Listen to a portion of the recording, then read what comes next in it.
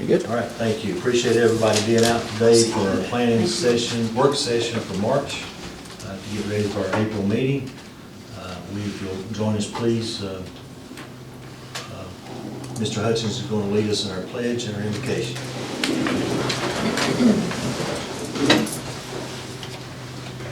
Fathers, we come before you this afternoon. We thank you for this beautiful day and for the opportunity to be here and to serve. Father, we ask you that as we get into the business of the county, Lord, that you give us the wisdom and the knowledge to understand and to make the right decisions that have to be made in order for things to go forward. We ask you to bless each one that's here, bless the children, bless the teachers, bless our staff. And we ask all of this in the precious name of Jesus Christ. Amen. Amen. I pledge allegiance to the flag of the United States of America and to the republic for which it stands, one nation, under God, indivisible, with liberty and justice for all.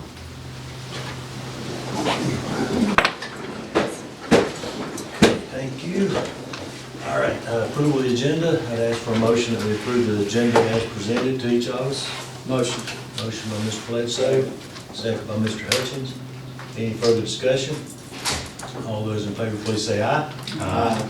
Any opposed, no. Thank you very much. Looks like Mrs. Chilton, yeah, Finance Academy report. Are you sure we can handle it? When are we gonna get our certificates, by the way? Well, this is From the going to academy. be really short. Okay, good. It's just, Dr. Reeves wanted me to provide a little bit of a budget update, but there's not a whole lot to update because DPI has not released a lot of information besides what we already know that is in the biennium budget, which all of that's subject to change. They have not released any state planning allotments, so the figures I'm using are basically just going off of current year. We don't have planning ADM. Alexis Schaus has told us to use our best one of two ADM from the current year. So that number is 7,170. For county funding, I will be using, I think it's 7,016 because we have to subtract out our out-of-county students. And I believe we have about 154. Other than that, I will be at our April the 8th meeting giving you a preliminary budget resolution to approve. And it is very preliminary, but it is part of one of our board policies. It's policy 8100. We do have to have a preliminary resolution approved by May 1st of this year. And then, of course, in the fall, I will bring the final resolution to you for approval. That will be once we get our final allotments for the fiscal year. So, like I said, it's a document, looks like this. You've seen it before. It's very preliminary. State and federal, a lot of that's based on this year because I don't have a lot of information there yet.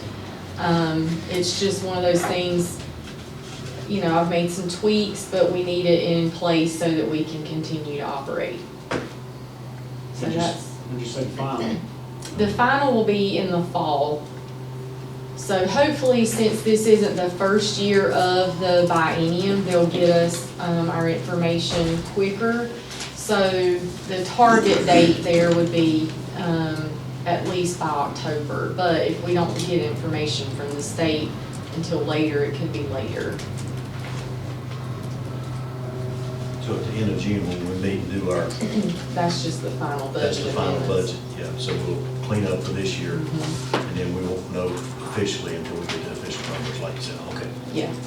And the law, or the bill, I guess it's in the proposal about changing funding to base it on last year's ADM. Did she say anything about that? Because that actually will hurt us this year, I think. That is actually, I think, why we haven't gotten any information yet, why we haven't gotten an ADM number to use. Because they don't know yet if they're gonna use, they're calling it funding in arrears. So they would use our month 2 ADM from this current year. That's what we would be funded on next year. So they wouldn't make that adjustment, for if your ADM goes up or down by more than that percentage that they look at, they wouldn't make an adjustment for that next school year. I think the rationale there is because that adjustment a lot of times happens, sometimes it happens in December. Well, by then you're halfway through the school year, and, you know, if you get more, if your ADM went up and you get more funding, well, at that point in the year, you're not gonna start hiring a bunch of people. So they're trying to avoid that late adjustment, because I think they are seeing that it just causes some problems. I would think, to me, it would make more sense to say the best of either last year's or what this year's projected is, because you're gonna hurt systems that are growing. Right, and you would see that increase the following school year, is my understanding. Right. And I see why with so many systems It would, shrinking, yeah. 85 or so, I think, out of the state are going, getting smaller every year, is to protect them, I understand. But we don't know yet if that's gonna go through or not. Okay. My concern, it's March 25th, we have no planning allotments, we have no numbers, and now we're talking about a major shift in funding with no training. I'm just very concerned that we're at this date and none of this has been disseminated, and it really then comes back on us to pick up the pieces if something is changed. Then there's a lot more questions than answers, so I'm hopeful that this is a year away and they give us time to implement the right way with training so that we can adequately plan. As you well know, we've been working on budget since January, trying to understand where we're at, where we need to be and where we're going. And now we're in March and we still don't have planning numbers. Typically, we've been given planning numbers in mid-February. So I can then bring that to you at that March work session and we can kind of start really having some concrete conversations. But it does concern me. They're discussing this funding in arrears, and we're at this juncture, 3.5 months away, 4 months away from July 1, when we start a new fiscal year. It's basically, we're trying to make these critical decisions on how we're gonna go forward with our budget. I'm sorry. No, you go ahead. You said that they would use the second month ADM. Do you have that number off the top of your head? For this year, Yes. that's 7,170. That's our best 1 of 2 calculation. Hold on, I can pull that. I don't have it off the top of my head. Because we did go up from what they projected. I mean, they were projecting like 69, 96 or something like that. That number's up. I think it's close to that 7,170 number, the second month. Minus the out of county. And so, and on top of that, what's the But they difference look between at that it- and our number that we're projecting? I mean, what do we think we're gonna have? I don't know those figures. We don't know because DPI, those are the projection numbers they typically give us. So I they think- are saying 7170. That's the best 1 of 2, right, Audrey? That's yes. Yeah, every year they give us a projected number. I don't know where they come up with it, but our actual one from this past second month was 7170. So really, they guess at it every year, and then they have to balance it. Like Audrey was saying, somewhere around December, they come back and say, okay, we were wrong, here's the right number. Yeah, and they'll, if you're over 100 kids, they adjust it. If you're under 100 kids, they adjust it. So they give you a plus minus 100, right, Audrey? Still 100, right? It's So 2% or 100 Okay. students. So can we question that number that they come up with? So the best 1 of 2 is a little different than the month 2 ADM, because the best 1 of 2 actually goes through and finds the best 1 of 2 by grade level. So if first grade ADM is better month 1, then they use that. Versus just month 2 ADM, it's just month 2 ADM. So instead of the entire system, you gotta go by grade level? Well, because some allotment formulas are by grade level. Okay. So your teacher allotments, you get 1 teacher for this many kids for kindergarten. K-3, yeah, okay. So your allotments change by grade level. I got you. So really, until school gets here, we really don't know who's gonna be moving in, who's gonna register anyway, right? That's what's sort of our limiting factor. Yeah, I mean, I can look at the numbers and move them up, but kindergarten is your Big unknown. question mark. Mhm. Have you got an updated budget report? Well, is that fit through February? This was through December. I thought I That's the last one gave we've the March or the February. And that, what's the name of our finance software again? Link. Link. Is this pretty simple for you? Mhm. So you I can don't just have, I pull- can't do March yet because we're still in March. But you can pull through February? Yeah, I thought that I've got February right here. I ran it, I think I can send it. Okay, thank you.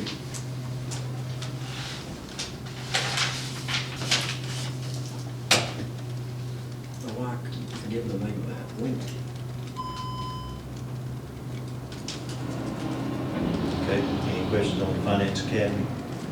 We're sort of at a hold until we get those numbers and can plan from there, right? I will give you this at the next, board meeting to approve, just Right, as is part it of good our later? overall. Mhm. Because it has to be It's the approved by last May board 1st. meeting before. Okay, the next thing I have is our insurance review proposal for our April action. Mr. Wright, appreciate you being here. Albert, are you going to lead it, or you'd like to just turn it over to I'm Mr. Wright? handing it over to Hand it Mr. over to Wright. him. I'm gonna pass these around.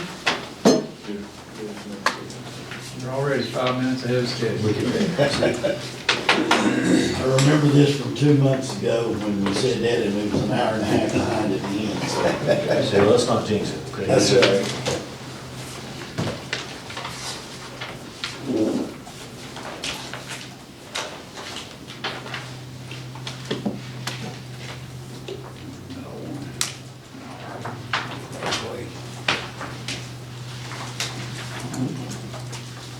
Thank you for having me. Surrey Insurance, I know it's odd, we're actually here in Dobson, and that's not odd, we've been here since '35. Normally I travel, I put about 40,000 miles a year, and we do just a little bit, 95 of the 115. I don't care if you want to talk about Wake, or Durham, or Guilford, or Winston, or Buncombe, whatever you want to throw out, hey, 95 out of 115. One exception, if you look at a map, conversationally, anything east of 95, we do all lines of coverage, just like for you, except for one big difference, we do not do the property. That is strictly due to the hurricane. Hey, the state puts a 20% surcharge on it. Oh my gosh, if you were to go out in the real market, you'd be 4 or 5 times with, 10 million deductibles like we do New Hanover, but not the property. But so anyway, it's a little different on that deal. But bottom line, we do pretty much here back from 95 back on all lines. And I'm going to hit over the highlights as we go. Please ask me questions. At the end, we've got kind of a summary. Ask me questions, and I don't want to bore you to tears. I don't know most people. I know Clark is here, but most people didn't go into insurance, and I think TJ's been into it some. But I don't want to get into the nitty gritty. We're trying to hit what we think are the main. We have tried, except for what we go over is the differences. They're pretty much identical. I told Audrey, I'm not saying if you had a tornado and something we would count as unimportant, and we wouldn't mention, and there may be 10 of them.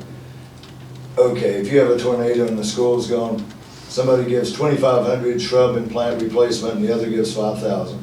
Well, who cares? We just paid you 50 million, and that's not even a rounding error or whatever. So we'll skip over some of those. We may have 30 of those little what we call throw-ins that nobody really it really doesn't move the needle.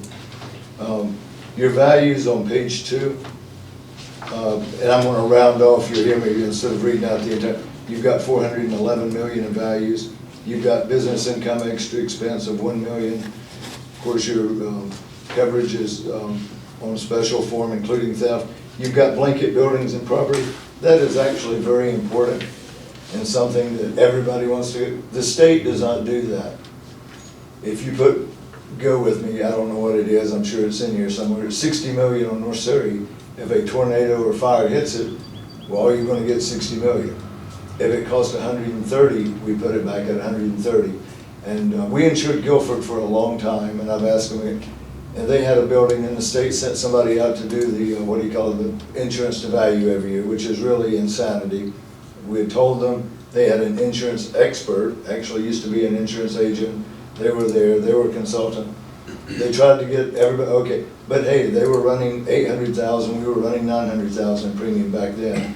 But that was when they had $1 billion, now they're over $3 billion in values.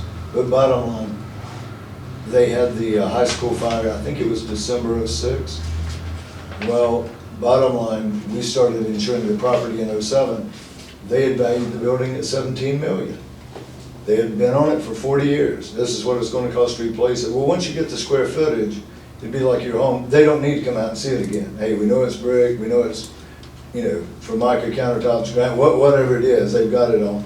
Well, bottom line, it costs $42 million. So, you know, it's like one board, I'll give you 25 million reasons. Hey, if anybody says anything about the state, we'll shoot them ourselves, you know what I mean? So now, and one thing, if you ever look into Google, it may say, I haven't looked, they did add on 20,000 square feet. They went from like 220 to 240 on that high school. But, in fact, I think, I forgot, you were actually there. That's right. Dr. Reeves was actually there. We would not pay for that. That was an additional $5 million. We would not pay for that, okay? You know, it's fine, like, it'd be like your home, and I know Clark and them know infinitely more. We do not do home and auto, and we really do K-12, city, county, and community colleges. Primarily, maybe we have 4 other accounts that are what we call one-offs, but that's all we do. So we eat, sleep, and breathe this. We're the largest in the US. We do it now. We've gotten quite a presence in South Carolina. But bottom line, we do this, but like if you're home, if you had a 2,500 square foot home and go with me for 400,000, well, if you want to build it back, they'll get a quote for 2,500 square feet. Now if you decide, hey, I've gotten a huge promotion, I've won the lotto or whatever the case is, or a big inheritance, hey, you can build a 5,000, but they're only going to pay you on the 2,500. You know what I mean? They aren't going to let you double your residence or whatever. But anyway, I wanted to hit that. That is, we call it blanket, up to that 411 million. That's a huge deal. 10,000 deductible. You've got boiler machinery or equipment breakdown. We've got 5 million blanket flood per occurrence. 50,000 deductible, a 250 deductible at North Surrey High School. It's in a flood zone. A lot of the equipment, maybe a nick of the building on that one. The rest of it, I'm going to skip. Yogi, if you don't Yes. mind, is that the whole campus of North Surrey or just down in the bottom there? It's mainly the bottom. It does include though the entire football field, the grandstands, all of that, and we insure that. Okay. So that's why they said, and a lot of it, the bottom line is that we've got to go to a 250 on that. I'm going to skip the next page, page 3. Hey, that's just what we've got on your band uniforms. Occasionally you'll go to a school and there's a rivalry and they steal all the band uniforms, sometimes especially in August and September. Hey, it's hot, and right after halftime they'll let the band maybe put on a blue shirt, a red shirt, whoever they're representing, and the band uniforms, and they go steal them and burn them or whatever. So, and you could obviously have a rack. But those are some what I call miscellaneous coverages.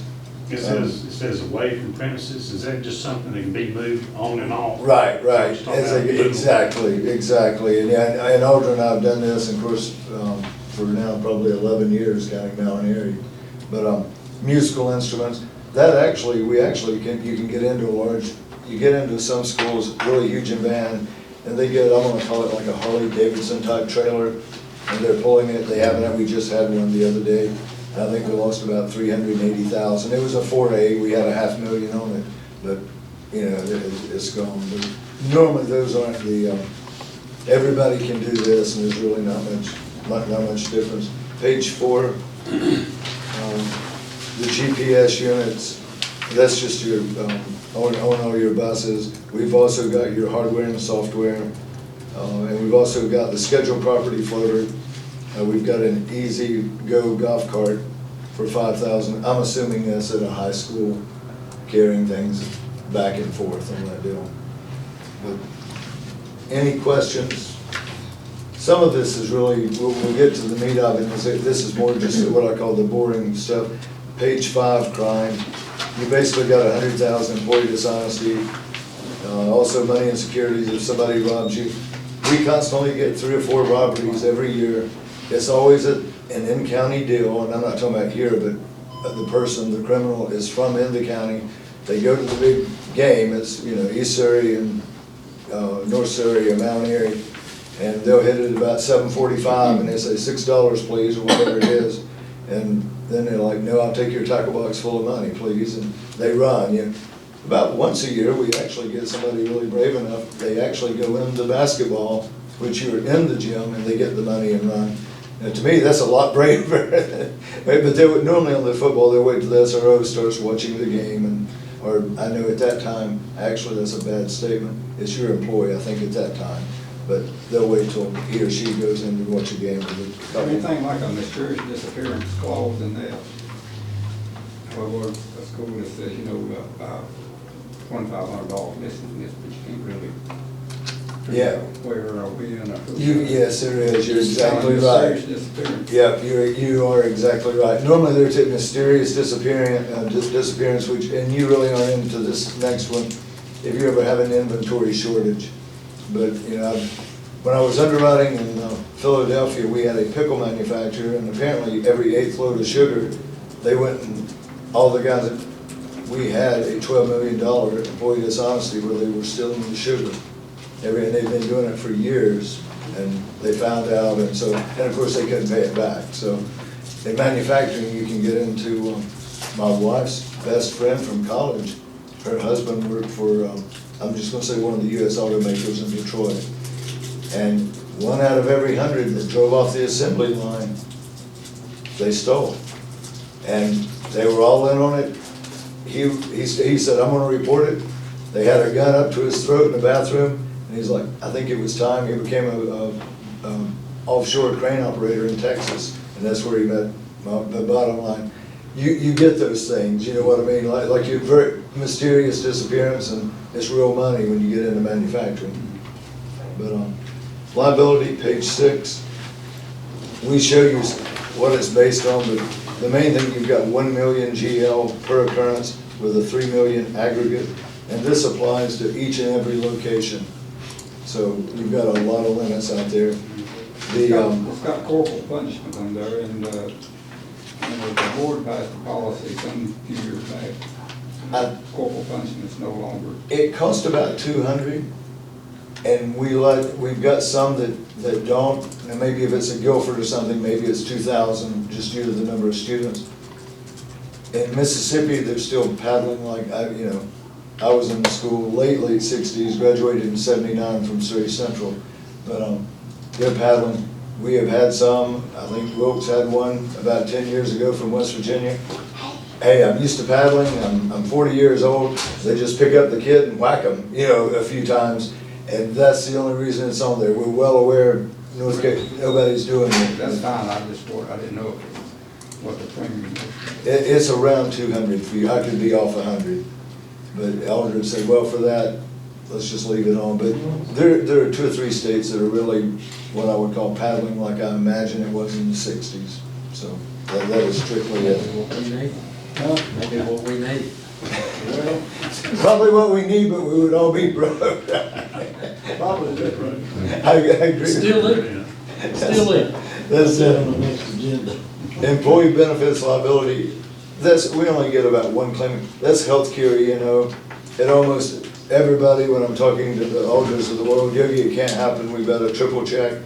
What happens, you're working at it, maybe a private, and especially manufacturing, especially like here, textile, 96 to about 04, and you start thinking, man, I think you're going to go either close the doors or go under. And so they get a job in the maintenance department here, and they're on for 3 or 4 years, somebody retires, they become full-time. Well, they'll catch your paycheck if you didn't take them from 15 to 40, I promise. But they forget the maintenance director, the child care, they forget to call HR and say, hey, John or Jane, they're on full-time now, put them on. So they have a heart attack 2 years later, this would pay for the heart attack. So it really should be called, but the entire industry calls it, it should be called healthcare E&O coverage, but it's employee benefit coverage is what they call it.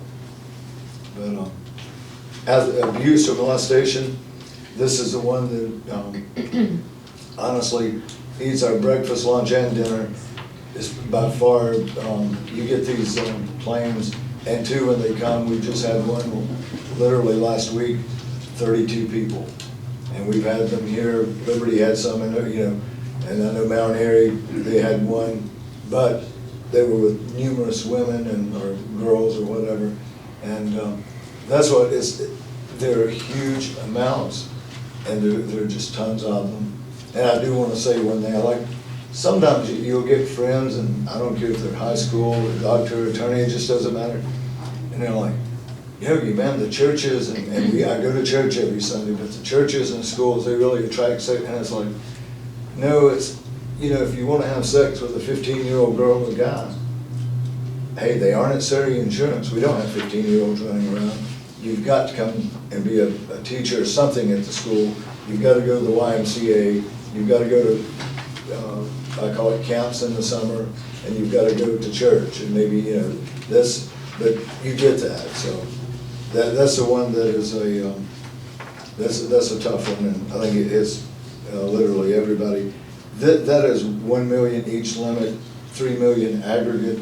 Your umbrella does go over that, and that's by far probably the toughest coverage, that and now property. Any questions on the GL, sexual abuse, any of that? I want to skip page 7. You let someone go, you get into a wrongful termination. Sometimes I will go over a few things I've been asked. It covers all the race, discrimination, you fired me because I'm old, the gender, the age, the race, whatever, disabilities, it covers all that. And the thing that a lot of people don't realize, of course, in working, once you're 40, hey, you can sue due to age. And I guess if they waited to 50, so that always surprises people, and I get it. Hey, at 50, I started getting the AARP emails, I get it. But it's actually age 40, and that covers that. It also covers one thing, sexual harassment. You don't see that much anymore. The one that we used to see the most, maintenance director hires maybe an attractive young woman. I mean, she may be 30, but maybe he makes a comment, boy, if you were me, you'd never go back to your husband. I call it talk like that. Nothing happened, no touching, anything. Well, if she comes to you, or one of the assistants and says, hey, he did this, if you take whatever's in your manual appropriate action, they cannot sue. But if the maintenance director, or the assistant superintendent Bob, or whatever, oh, that's just boys being boys, he didn't mean anything by it. Oh boy, then you're in for a whole different world, so we used to see that late 80s, early 90s, but honestly, since 95, we may get that probably once a year, but with all the schools we insure, it's probably once a year. And you also have your individualized education plan. You didn't teach my kid correctly, and oh my gosh, don't even go into COVID.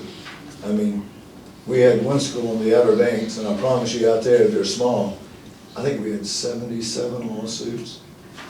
And you aren't providing that, and that was a separate individual, and it's just like, it was, we were in the, probably over 10,000 with all of our schools with that, so it does cover that.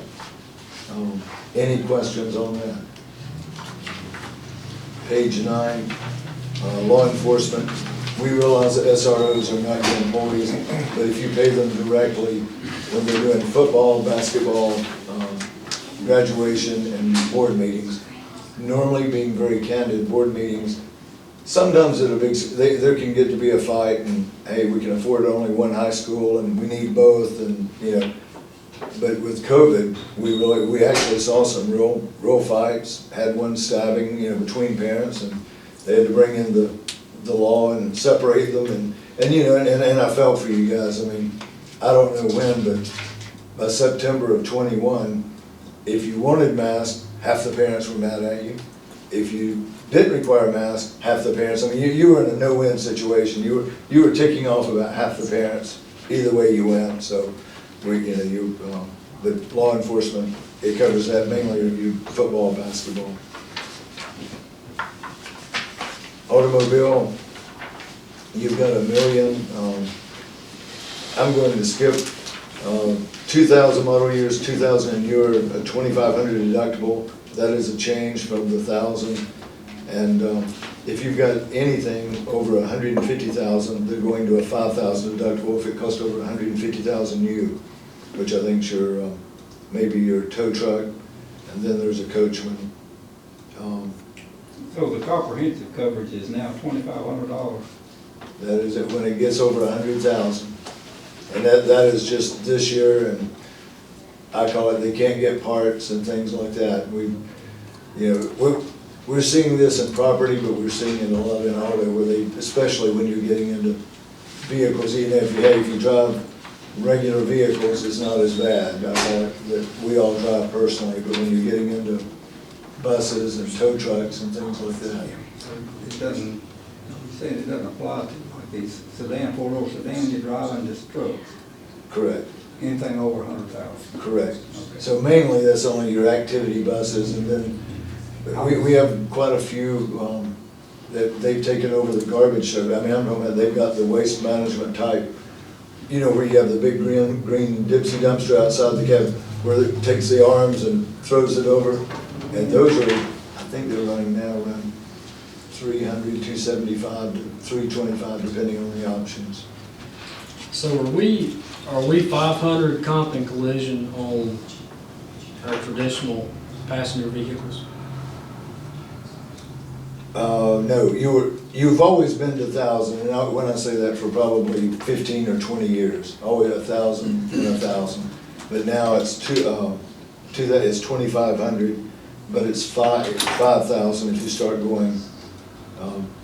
No, it's 2,500 over 100,000 value, right? Correct. So like. Cost you, they will truly look at that 2011, because if you didn't, you'd be in too many arguments, Right. but cost new, you're right. So like, the new service trucks we bought for 50,000.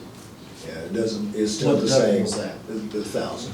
Are you seeing districts of our size do a little more self-insurance with the rising rates? Yes, And not doing comp and collision on non-financed vehicles? we've got some, one fairly close.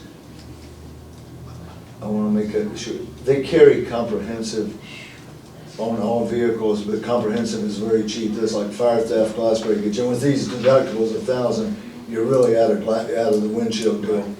But, yeah, you're exactly, you're right. But now, on the other, they only carry it on driver's ed vehicles, on collision.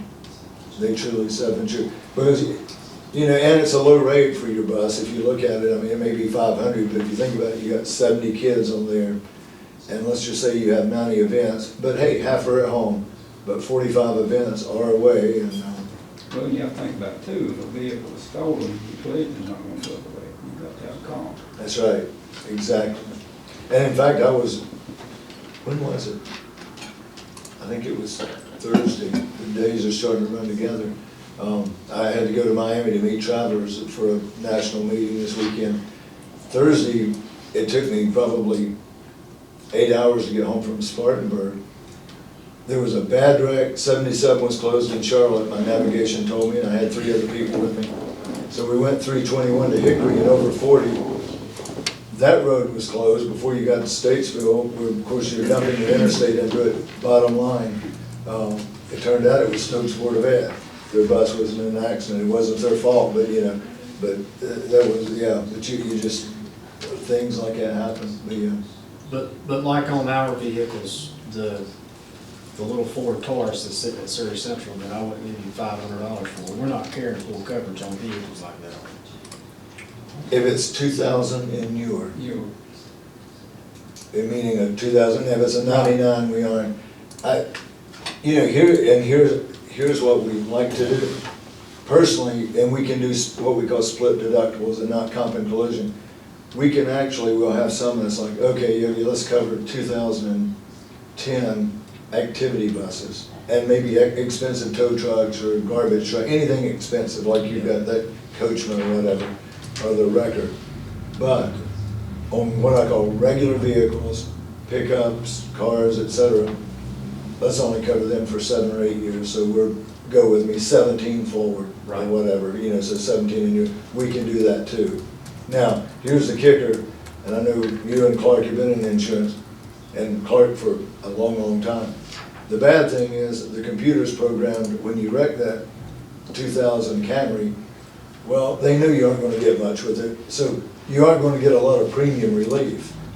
But having said that, I still, if it were me personally, after about 7 years, I take comp and collision off personally, and knock on wood, and we've never had an accident, not even our kids, but I would still do it and let it, and let it ride, and hey, maybe you lose 3,000, but I think over time, you'll save money. But I'm sort of under the same type conclusion, I know it's not gonna be a ton of premium savings, but $100, $1,000, it starts to add up. That's right, 1,000 here and 5 there. That's right, that's right. Yeah, but can you carry like comprehensive and not carry collision or? Yes, or- yes, I yes. was, I was from the school where my vehicle got 7 or 8 years old, I don't keep comp on it for windshield and Right. it's cheaper, but not carry collision. So this is not a blanket, this is a per vehicle coverage. But on the you could carry it on a separate comprehensive on vehicles 2000, but collision only on vehicles 2010 and newer. But it would have to be, blanket though, you can't pick and choose, but you can do that. Garage keepers down at the bottom, I don't want to spend, that's when you're working on like Mount Airy or Elkin City, and their vehicle is in your control, that would pay, let's say it had a fire, and you had to pay for the vehicle, that 120. Page 11, workers' comp.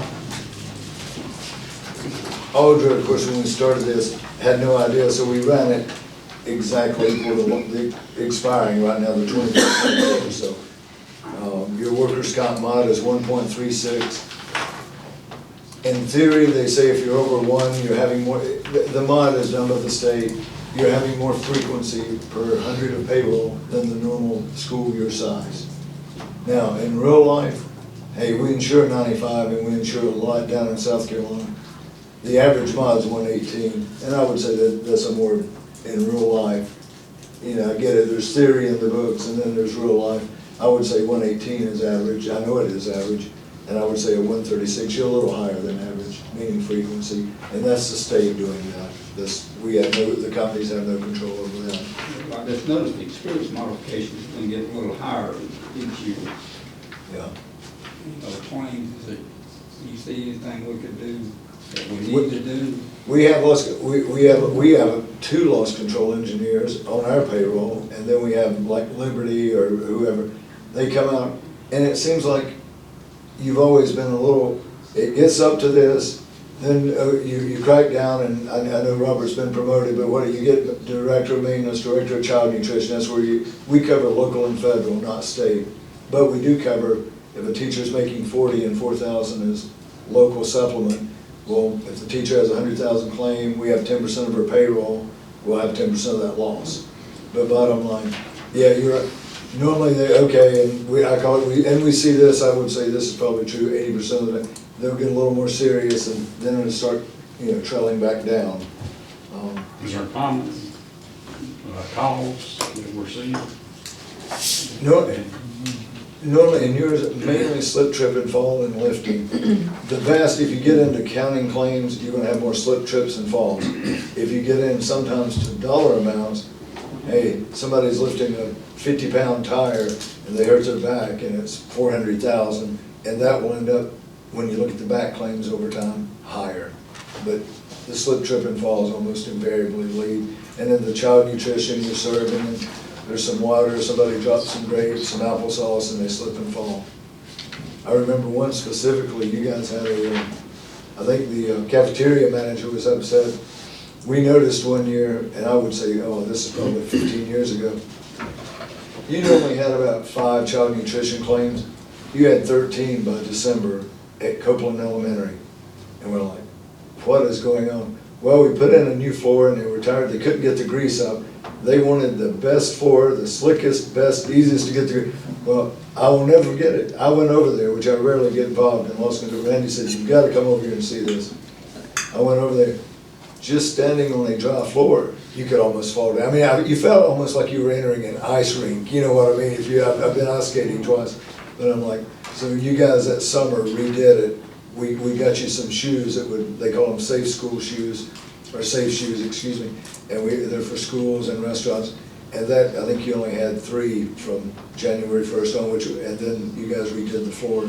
You've got to hit that happy balance between being able to clean it and yet you're not feeling like you're on ice, you know what I mean? But yeah, it's just, I think workers' comp's the nature of the beast. And two, being very candid, sometimes you see it, once you have a couple, it's almost like the flu, it starts spreading. And you know, people, I mean, this is people, and it's like, well, Kent's out, and TJ's out, and you know, man, I've heard they're golfing, and they're having a big time, and da-da-da, whatever they do. And you know, all of a sudden Yogi falls, and now I've heard, you know, I think, and then the other one, the one that's really famous, you see 2 or 3 people that have been there 10 years, and maybe they're 32, and then you'll see some, you know, 40 and 50 that have been there 20 and 30 years. And it's like, man, they got off 4 weeks. They weren't hurt. And you'll see this, I heard this at football games, our sons kicked for Mount Airy, and you would hear it, and they didn't know I was in insurance, and that's fine. And they would say, man, I got tired of it. Hey, they were just taking a break. You know what? I deserve a break. And this was always the phrase I heard every time. I've given fill in the blank, Surrey board, Mount Airy board, what's the same? The 20 best years of my life, the 30 best years of my life. I deserve about a 6-week vacation. And that's what, and in fact, insurance companies, sometimes they want you going to certain doctors. It's almost not even relevant to how good they are or not. It's just sometimes I'll make myself the bad guy. You go to his doctor, hey, I've been with you 20 years, we pay, we got a family of 4, 2 kids, yada, yada.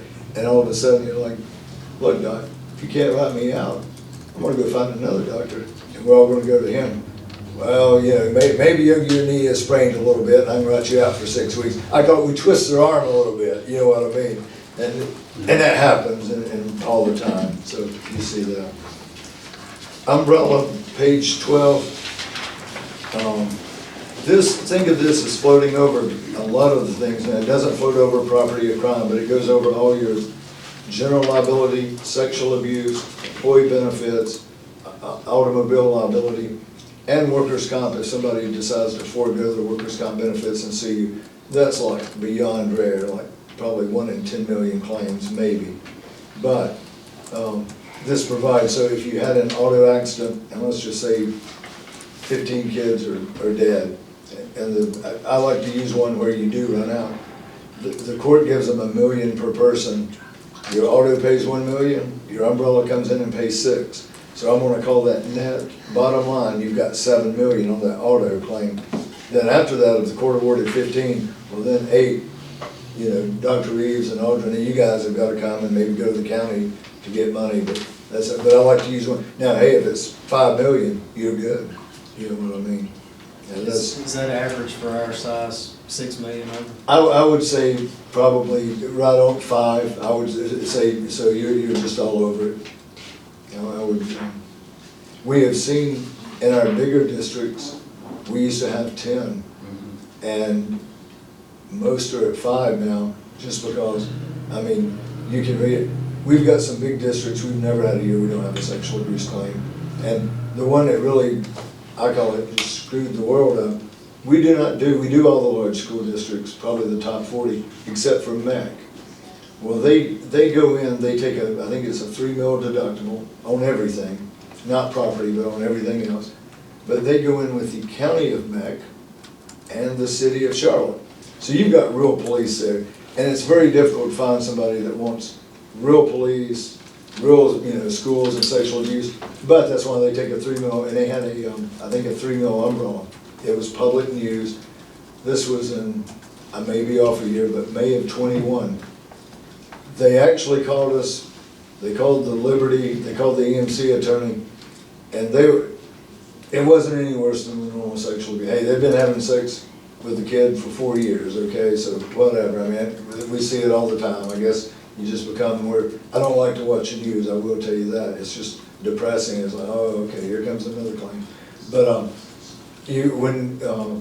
they said, we just don't think it's worth, they were asking for, they had negotiated them from 10, and they cut them down to about 8, and they just said, we'll go to court. We think we'll convince any jury. And normally they're gonna pick jurors that think with their heart. Not, you know, I mean, they don't think about where's this money coming from, right? And bottom line, they went to court. Once they went to court, it was jury directed 10.5 million. Well, that just, sexual abuse was already losing money, and after that, it's just been, I call it hemorrhaging, you know, it's like somebody cutting off your leg, and you know, you gotta be worried about blood loss, right? If they do a chainsaw across your leg. But bottom, that was, and so now every attorney knows about it. In fact, we've got one, we specialize in schools. We've got a legal firm in Wilmington that has been specializing in schools in 4 states now. And it's only one claim they go after, sexual abuse. And they run ads in them like, hey, if, you know, and it's just, that's how it goes on that. But that hurt the verdict as far as the amounts.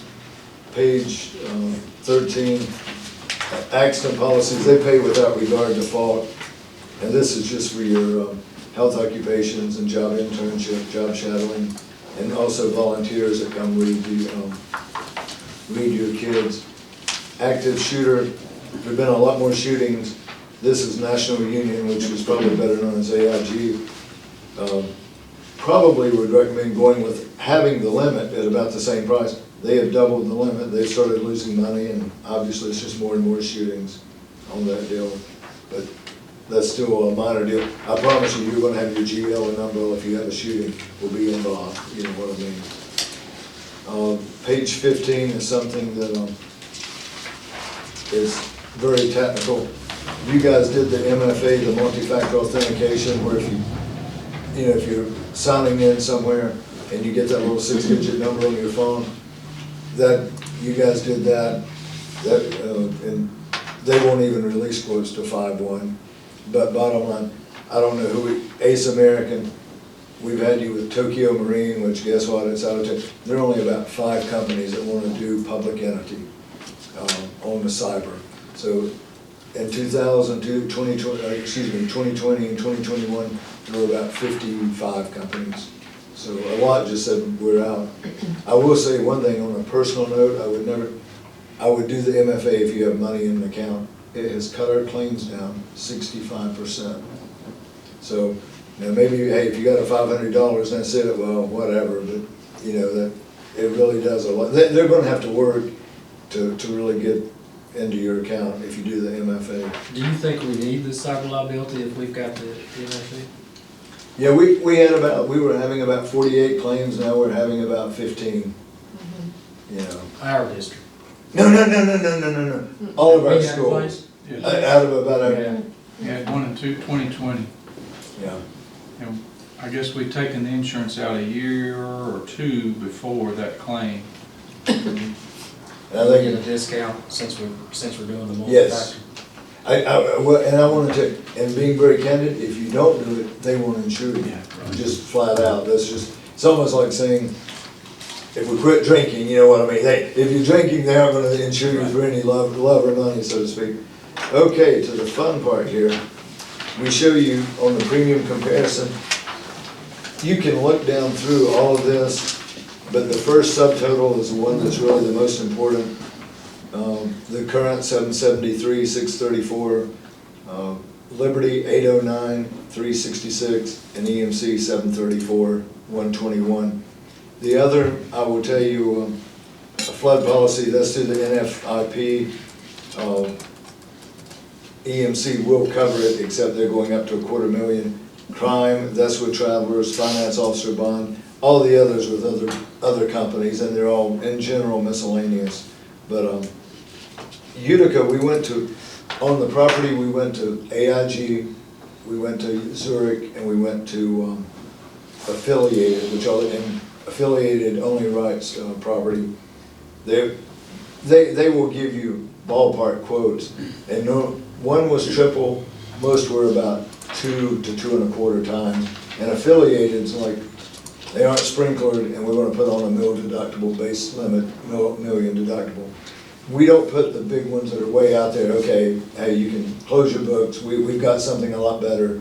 But just to let you know, we also went to Utica. We actually thought Utica could help out on this, and they just said, we cannot get competitive. They were about 180,000 high, and, higher than Liberty's renewal premium. And if I were betting, Utica likes more of the 1 to 10,000.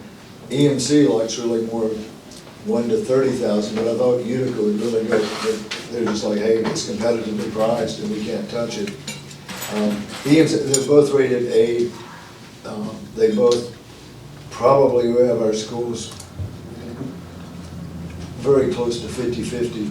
Now, I will say, when you get into the small, Liberty is a $50 billion company premium. EMC's $2.5 billion. That 0 to 5,000, that's definitely an EMC Utica market. Liberty will quote it, but they'll tell you, hey, we really want larger, Now, when you get to the Wakes and the Durhams and the Winstons and the Columbia School District I'm going to see tomorrow, I mean, if I sent it in, EMC would be like, are you drinking on the job or what, right? Hey, we can't do this, and the values are $3 billion, and I'm like, hey, this is out of our league, and you've gone from high school football to NFL and skip, so somewhere around 25,000 kids, or 20,000 depending, EMC is out. So normally the big ones, it's Liberty, just so you'll know this, I know so much, and I know it's the first time I've ever been here, but Liberty is the #1 school writer in the country. EMC is #2. Utica is way back. The first two probably control 70% of all K-12 schools. I will say one thing, if you ever look, sometimes we've got one, we write 2,000 schools, well, they do, but they're either private or charter, and they're all practically almost 95% are under 1,200 kids. And internally in our office, we say that's not really a school. It is, I get it, and I know Elkins is around 1,300, and we insure them, but really they're doing the church schools, the private schools, the very, very small that you just don't get into lots of issues. So sometimes you'll pick up a couple of companies that will do that. Hey, you've got 400 kids in K-12, we'll do it for you, type deal. But that's, the next one we go, Liberty. Right now, this is, I'm gonna tell you some things on property, and you're like, I wish Yogi was gonna talk about this, I would've gotten a cup of coffee. I don't think Diet Coke or Mountain Dew's enough caffeine, but Liberty's got a 50,000 wind, and wind is wind, meaning hurricane wind, just strong fronts of wind. In fact, but this is probably a good example. January 8th, I go to the Outer Banks. I see everybody, I think it was a Monday, could be off on the date. Tuesday, morning at about 5, I'm getting a lot of texts from people like Aldrin. Yogi, they told us not to go in. Here, I think you were having 20 winds with gusts to 45. I think you guys called school off when I got back that night at like 11 or 12 that day. Out there, they were getting winds 40. I felt like a cartoon when you're going out, if the wind was, I felt what little hair I have was going this way, then you would turn, they put the suitcase in the car, and then it's all going back this way. They had gusts, it ended up in the 70s, they said 60s, but they had it and on, but bottom line, so all my appointments canceled and I drove back, but that's what we're having is just what they call, the meteorologists call it strong convective storms. It can be thunderstorms. There were no thunderstorms in that was just a winter storm. I mean, so that is, right now, this is really a wild statistic. All of our companies, one thing I really like to make, you are not subsidizing the coast. Travelers, Liberty, those two write 14% of the entire property market in the entire US. So they're the huge, huge players. AIG and Zurich, I think, are 3rd and 4th. But, and I'm talking about commercial property. But when you look at it, it is so, you wouldn't believe it, they pulled 80 air miles, and 80 air miles, do you realize you're almost in Raleigh? Because the hurricane's not following the roads in. You're almost in Columbia. South Carolina. But bottom line, 95% of all losses in the last 5 years, excluding hurricanes, okay, I'm gonna say excluding hurricanes, 95% of all are wind and hail. Now, wind does count tornadoes, it counts strong winds, it counts thunderstorm wind, but, I mean, that is, you know, because I had one risk manager, he said, yeah, he's great on workers' comp, I mean, he is just all over it and wonderful. And he said, tell the company, I'm here and maybe they should reduce the property premium. I'm like, Henry, unless you can stop, you know, the wind and hail. I said, man, on the comp, we can work with you. You've got a long history, and you know, you're in your 50s, you've got a long history. But you can't, the last time I've checked, you can't, you know, the tornadoes, the wind, the hail, the hurricanes, you can't. And he said, well, I guess you're right. You know, I get it. He walks through the schools and makes sure they don't have cardboard electrical panels and things. But right now, we've had 5 of the worst 7 years in history, if you exclude hurricanes, but we've had them all back to back to back to back. And, you know, somebody said, it was travelers, they said, go back and ask your office about freeze claims. And Texas had the freeze claim in February 21. We had the freeze claim around Christmas of 22. But they said, I was talking to the guy over all property for travelers out of Hartford, Connecticut. And he said, Yogi, I'll give you $100 if you'll ask 3 people, and if they mention that Christmas freeze claim that you guys had. Sure enough, it's like, when's the last catastrophe that you hear? Weather, doesn't matter where it's at. Well, there's been some wildfires, and there was, what was it, Ian, that hit Florida in September of 22 or whenever it was, or 23. Nobody ever met, there was that one freeze claim in Texas, and it was 13 billion a freeze. But then they said, I said, and hey, we had about 12 million in our office and schools. In fact, I know Mount Airy had a claim, you know, but, so I think, you know, but people, if it doesn't happen to you, you quickly forget it. You know, okay, it's fine. The Liberty Mutual and Employers Mutual both cover the liability piece if we have a school-sponsored shooting team. Yes. Okay. They're gonna ask a lot of questions. Right. Of course, Liberty's been on it, and yes, and I think you guys are using the Mount Airy, The police department. Right. Corey. Right. I believe that's where they were looking at. But we're not school-sponsored. Yeah, we're not school Not sponsored, yet. but I heard Yeah. last, I talked to a gentleman, a parent, he said they were looking at it. Okay. But It would need to EMC be, would cover it as well. correct. They're gonna there's a whole laundry list, and you can imagine, but we used to have it, and they moved. And in fact, you were on somebody's farm, I forget who, she had moved it, she was this, the assistant superintendent. Dr. Mosley? Dr. Mosley. Before all of this, she said, I realized how dangerous, one time they found a kid back in the woods from over there, you know, behind them, but bottom line, I think I wanna say Yadkinville County and City Police come up to Mount Airy, apparently they built some whopper chopper firing range that, you know, that would take, because to meet all the requirements, it's difficult to meet all the. But they're not saying we're gonna cancel if you have a Correct. school-sponsored, okay? Correct. They'll just want you to go out and a couple visits and say yes. But that one is, at one time was approved, and you guys were using it years and years ago. Yeah, I think going back to 2008. Yeah, it's been a long time, yeah. So the comment here on the subjectives on page 18, it says if not in place, EMC cannot provide liability coverage. Is that Right. on, If you don't do all these. Right, if we don't do all these things? right, we will, and you can see 3 is all basically about the rifle team.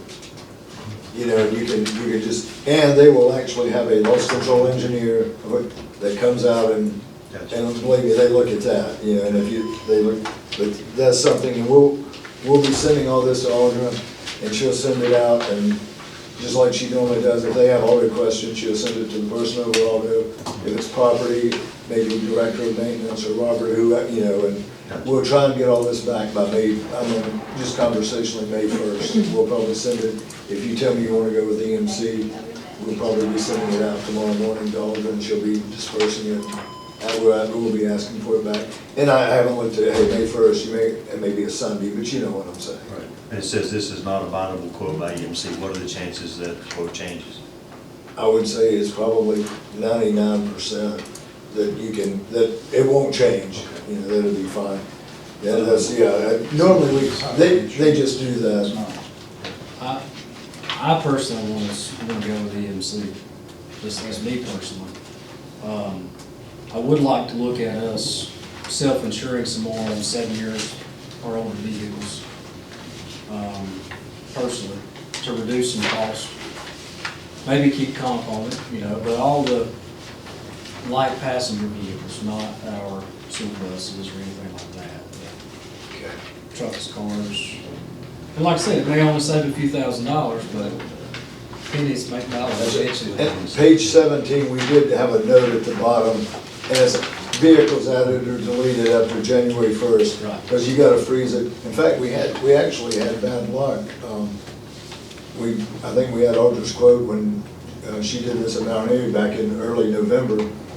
And we're just, I mean, we've had a 47-year-old that has had encephalitis, her brain has been swelling. She's no longer an employee, they put her on long-term disability. Our other underwriter at EMC, she's 62.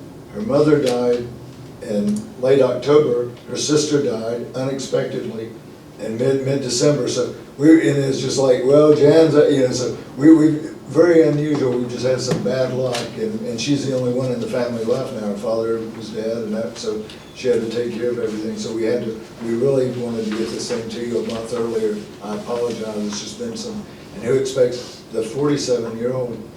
She was in good shape. I mean, she, and to say, you know, she went out June 15th of last year. And it's like she's gonna be back October 1st, she's gonna be back November 1st, and now they're thinking she may never, and she may be back, but it looks like it's gonna be the doctors will not release her, so. Well, you're a Surrey County resident. Yes. Taxpayer, Yes. business owner, Yeah. our insurance agent. Which, do you feel comfortable with going with EMC? Oh, yes, they're both very good. You know, Liberty's been with you through some bad times, you know, some sexual abuse, heading big numbers, and hey, we had one, what do you call it, at North Surrey, where a food service truck hit the canopy, and I think I don't know about the food service canopy insurance, you know, you'd like to bop them over the head with a wiffle ball bat, but anyway, but they've done well, but, and they've been on the Duplin, and they've done some wonderful things, but EMC was on Yadkin that had the tornado that took the gym, and they've been on Harnett that had a lot of Florence one. Yeah. Because we did have one at Harnett, and I've asked him if I could say this, and they said, yeah. They fly somebody out from Des Moines, Iowa, that's their national headquarters, and it's $5 million. And then we find a 1.3 million hail damage claim, and I'm like, you guys need to run this on TV. Yeah, they were walking and like, there's some hail damage, and the maintenance director said, well, you know, of course, this is like September, and he said, we had a bad hailstorm in June, and we really haven't checked the roofs, and so I'm like, okay, we had 5 at Florence, but really we ended up with, you know, 6.3, but bottom line, they both do a fine job. They really do. Premium is one aspect, service is the second in consideration. Oh, yeah. And I think Mr. Johnson might could shed a little light on dealings with our carriers and so forth. If, you know, we had our experience with, say, the issue with North Surrey where the canopy was destroyed, you know, things like that is something that I like to hang my hat on as far as how well we were able to get funding and get resolution on those issues. Yogi and his wife Nancy stepped in and helped us really. Comes in the age. When they weren't taking any initiative, they being that insurance company for the trucking company, they stepped up and helped us on the property side. They also stepped up when we had the fuel oil issue at North Surrey, and all that fuel oil spilled, they helped us, and in fact, I believe it was Liberty that came to Dobson and brought us a $50,000 check to help offset the cost of the cleanup. And I don't think that would have happened without Yogi and Nancy. Well, what I'm saying, that goes, to me, that goes a long way, making decisions, changing carriers. And Dr. Reeves is being very modest. He was on a lot of conference phone calls with us, I promise you. I mean, we were on a lot. I'll be very candid. You know, you get these things. This one is the one, just knowing the history and what they've done. This is the one, the premium is definitely, you should go with EMC. The coverage, what they've done in the past and maybe going above and beyond. You know, well, I don't know, Liberty, then it's the closest I've been. You know, we know we like both. Hey, if somebody's not doing a good job service, well, I'm going to work with them. You know, we're like, okay, it's over. But they both do a great job, and I'll be very candid. It's a tough decision. You know, Nancy and I talked about it. I talked about it with another account executive, and they're like, you know, it's tough. You know, I don't know your budget. I know everybody's budget's tight. I do know that, but you know, that's something you guys decide, and it's just it's a very tough. You know, this one's a little tougher. You know, this. What about if you let Liberty Mutual know that we're looking at EMC? Oh, we have. We said they, and we do not tell them, but we said right now, you know, they're substantially below you, and you know, I said I don't think many people leave for 2 or 3%, but it's more than that.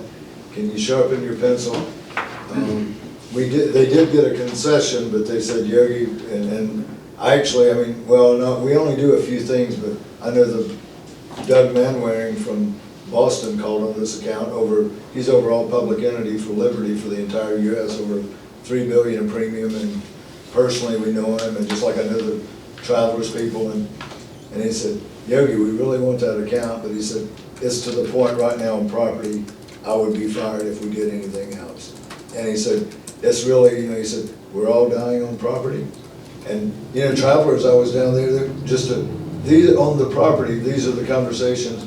The CEO, we're having breakfast at 6:30 a.m., and Nancy and I are there, and the head of property, and they're talking just to us. We're a huge property writer with them, and they try to, so they have different, you know, meetings, but the CEO said, you know, he said, Charlie came into my office in October, and he said, do you know what we're planning? We're on the stock exchange, and he said, do you know what we're planning on losing? Our plan and property. He said, if we all go to church, all say our prayers, and we're lucky, we're going to lose $2 billion with a B. And he said, if that makes it easier, $500 million, 4 stacks of it. And he said, I'm not even counting, we could fire the people and say maybe $25 million, but that's nothing compared to $2 billion. And he said, I've told Charlie we've got to get it turned around. And but we're hearing those guys, hey, Liberty's been losing $1.7 billion on average. Well, yeah, 1 year it's $1 billion, 1 year maybe 3 the last 5 years. And here's the bad thing, no hurricane losses. So, you know, we know, so this is just what I call, that does include wildfires. And obviously the Midwest has wind and hail, tornadoes would be more precise, but, and hail more. But it's a different world. If it was a couple thousand, I could see it. I mean, $75,000 is a lot of money. That's real money. That's an employee. Yeah. And if it was a couple thousand more, I would say stay with Liberty, but like Dr. Reeves said, it comes down to your agent. And for 75, I'll switch to EMC. I have a couple of questions. I don't understand the insurance, so page 16, cyber insurance, no quote until after 5/1. Are you comfortable that number is going to be 26 on both of those, on Liberty and EMC? It's through Chubb, isn't it? Yeah, It's not with. below that the- subtotal, that is not, that is, yes, and we are. You're comfortable it'll be at the same rate? Yeah, and it's gonna be, that's reducing your limits by half, because they've doubled the rate. Gotcha. Okay, and why is there a zero at the flood policy at North Surrey? That is because right now EMC's gonna put a $250,000 on North Surrey. Liberty Mutual's filings, they're at 50,000 and they can't adjust the filings. And with all that, so they have to exclude it. So then we have to go to the NFIP and buy 500,000, then they cover it. Okay. 500,000 of coverage, and it costs 5,000. Okay, that's fine. I just wondered why Yeah, there was a zero. it gets, yeah, and we get into, you know, when you're getting into some of these deals, we've got some schools above 5 billion in property, and sometimes we'll have one company taking 2 billion, another company taking $1 billion, and $1 billion, you know, you have it layered out. And of course, you know, but yeah, it gets a little complicated. And property used to be a lot more straightforward until probably about 2 years ago. They took the first 3 years, hey, the weather, well, we've had 3 bad years. I'm gonna tell you, when year 4 hit, it's like, well, we don't know, but hey, when you're losing 1.7 or 2 billion a year, you've gotta do something. And I'll tell you, I know Clark knows this better than I do, but I think State Farm has lost about 30 billion the last 2 years with a B. And all of a sudden, you hear nationwide, this is their biggest state, I think they non-renewed 12,000 policies in North Carolina toward the coast. But, you know, before you were sitting there kind of like, yeah, we got 20 billion, we're good. Well, State Farm has blown through about 30 billion in 2 years. And of course, if we're nationwide, it's like, hey, we better do something, man. We had a couple of those years, we'd be bankrupt. And all of us would be out of a job, you know. Forget insuring people, we would be out, and we couldn't pay the claims. So it's really, in property, it's got to be a very, I call it, sobering moment. It's one person, a come to Jesus moment type deal. It's like, hey, 2 billion is, because the CEO was there, and he said, you know, we could make 2 billion more if I just let Charlie and everybody in property go. He said, and it'd be a real quick and a guarantee. But he said, hopefully we'll get there with some, you know, deductible changes and rate changes. So are we announcing our intention to go with a different company, or are we waiting till the first of the month and making a decision? What is? I think our plan here is to take action at the next board, right, the April board meeting. April board meeting. Yeah. But we need to talk to all of you too and find out exactly what ramifications this is gonna be as far as how much problem it's gonna be for us, switch from one company to another. It's gonna be worth the money. These property insurances, I talked to a person from the Farm Bureau, and a house 12 years ago, a homeowner's policy was like $500, today it's $1,500. And they need 25% more, they feel like just to break even. So this is tough for all insurance companies. The property is, Property. yeah, the property is, we've got 2 sons, and one is in Dallas. The minimum in Dallas, and granted, they have tornadoes and hail, they do, okay? And the minimum is a 15,000 wind and hail deductible, and this is personal lines. And the agent wrote them in May. They represent everybody but about 4 companies.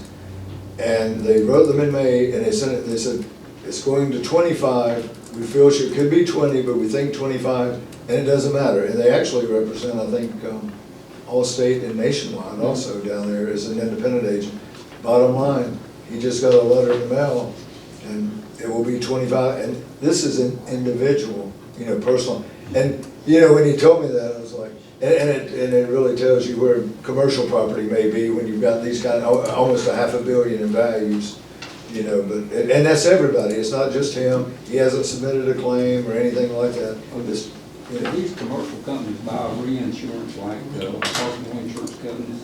I feel like, you know, your Farm Bureau and State Farm, they buy insurance. Huge, that's Where right. if they pay out $40 million from the claim, then the reinsurance starts. So they have that, I think. Yes. Usually Lloyd's of London or someone like that likes those policies. Yeah. Next, Do you- 325. Do you know what the minimum now is for Travelers and Liberty?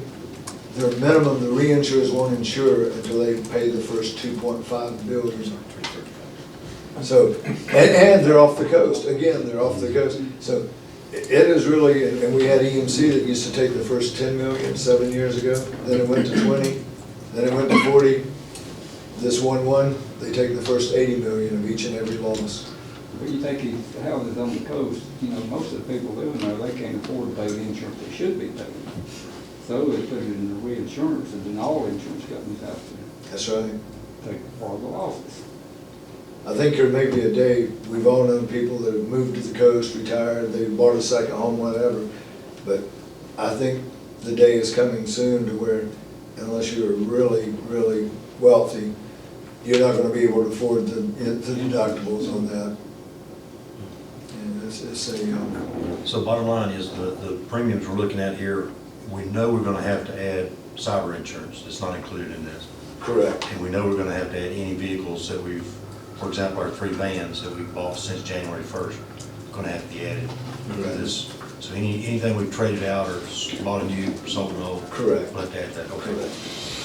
And Any other questions before, and I'm assuming that if we have any come up and a board member has one, we can ask Alder between now and our April meeting and see if there's any clarifications. Will we know by the April meeting the difference in premium this is, on the vehicles? Oh, the new vehicle. you're talking about. Or are if you we- talking about the ones that we're gonna self-insure? Yeah. Okay, yeah, if you'll give us the dates, we can get it rerun. But I will tell you this, I would be really shocked if it was over 4,000 difference. I'm just being, so I don't think that's gonna really change the number substantially, you know what I mean? Which I know that's a lot to do in 2 weeks for an account of this size. Yeah, but we can do that if Audra tomorrow, pops us an email, we'll get them to revise the auto. But I'll feel comfortable with 2010. 2015 would be 8 years, 9 years. Taking on the collision for any vehicles over a certain age.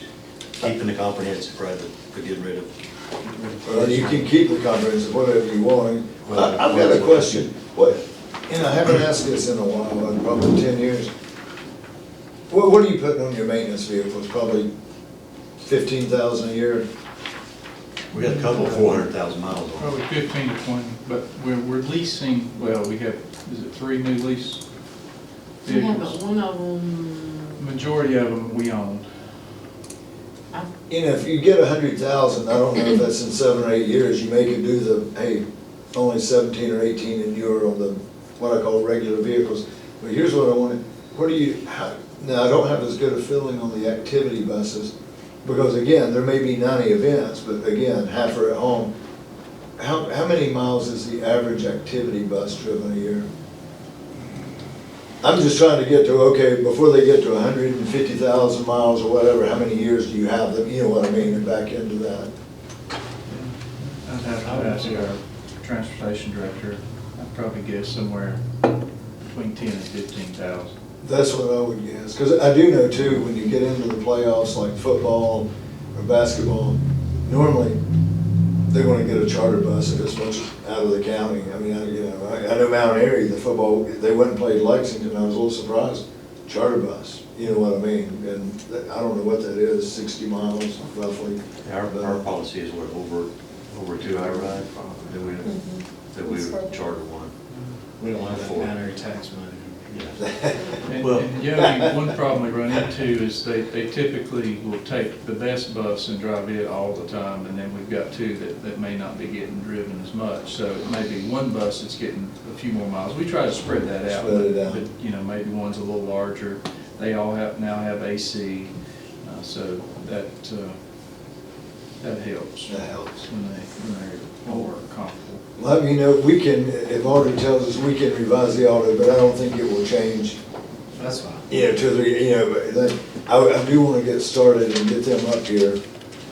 I'd like to look at the firing range, the potential firing range, and probably be about, and start through that, and there's several applications to send to Audrey to, they know you have sexual abuse, but they want to see, or if this happens, that will, and I think you would meet most all of them, but they've got normally they want to go see that, and they may want to look at the way property is. Before I wouldn't have said this, but they may want to look at 3 schools, especially high schools.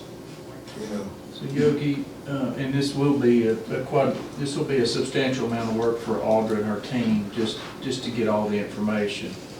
Right, Audra? I mean, it's gonna require, I'm not gonna be able to fill all of it out because they're gonna need square footage of buildings, the year they were built. I mean, it's gonna It be, gets into the we're weeds. starting Change for over. another company. We'll be starting completely over, so I don't know what all it's gonna entail, but it's gonna involve Robert, it'll involve, The age of the roof, So roof I repair mean- or replacement will have to be. yeah.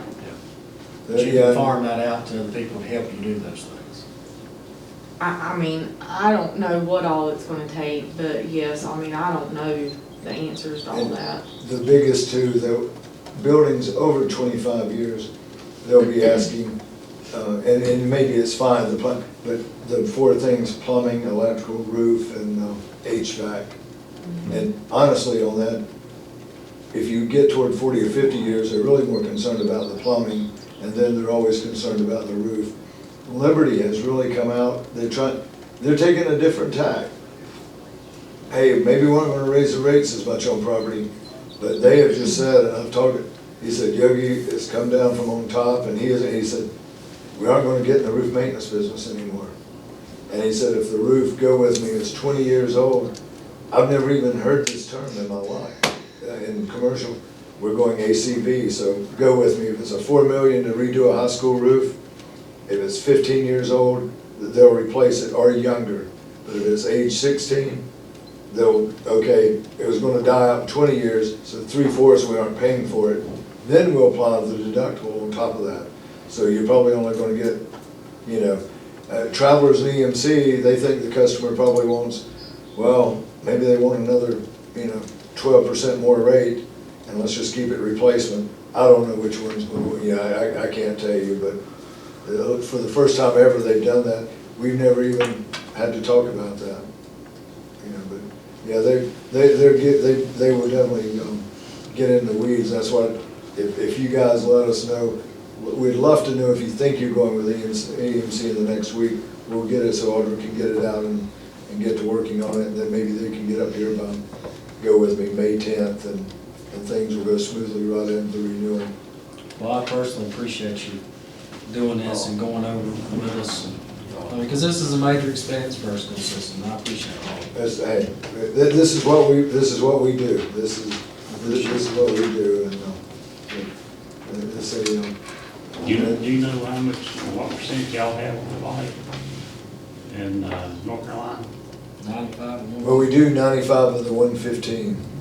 And most of the people that we don't insure, except for MAC that's insured, they're either way out Outer Banks, although we do a lot of the Outer Banks, probably, or either they're beyond that. We do Asheville and Henderson and Charlotte, and I think my brother does Cherokee, but there are a few up in there that, they've just never bid, so obviously we don't insure them. But, that's, you've always got a few too, go with me.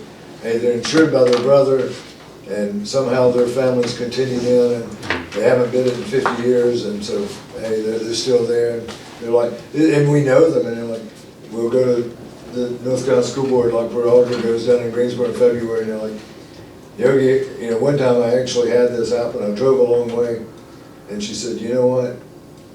I don't know what I was thinking, you're really nice. I know you guys are great. I know you're legit, but my brother is actually insuring the school, and man, it would start making Thanksgiving and Christmas really awkward. And I'm like, I understand. And she said, I said, no problem. I did hate the drive. It was about 4 hours each way, but so sometimes you'll get that. She said, I don't know what I was thinking when I said, yes, come on out and see me. So anyway, but we'll, whatever you want, we'll do it, and just let us know if you can in the next couple of weeks. If you're leaning one way, we can start the process. Well, thank you, appreciate it. I know it's a lot of work. Oh, Thank you all for that's what working with you. So we've got at least an idea of what our two choices are. Audra's done a ton of work. She is already getting this, and she has done a ton of work. She really And our has. next meeting is April 8th, our next general Yeah. meeting, yeah, so we need to make a decision, because obviously May 1st is what, is Yeah, I think and probably if we're notified on it, we'd probably be moving it back toward conversationally May 9th to make sure everything is, fine. Okay. Sounds good. Thank you. Thank you very much. Thank you. Okay, our next item is the Paxton Patterson proposal. So now we're 55 minutes behind there, behind now. That's a mundane subject.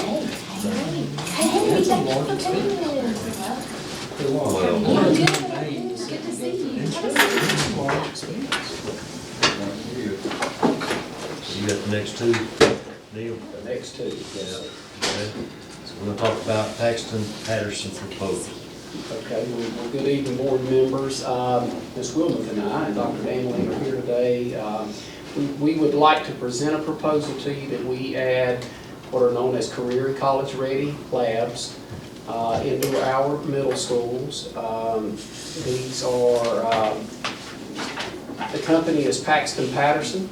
I've sent you have a document there that has an informational video that Paxton Patterson puts out.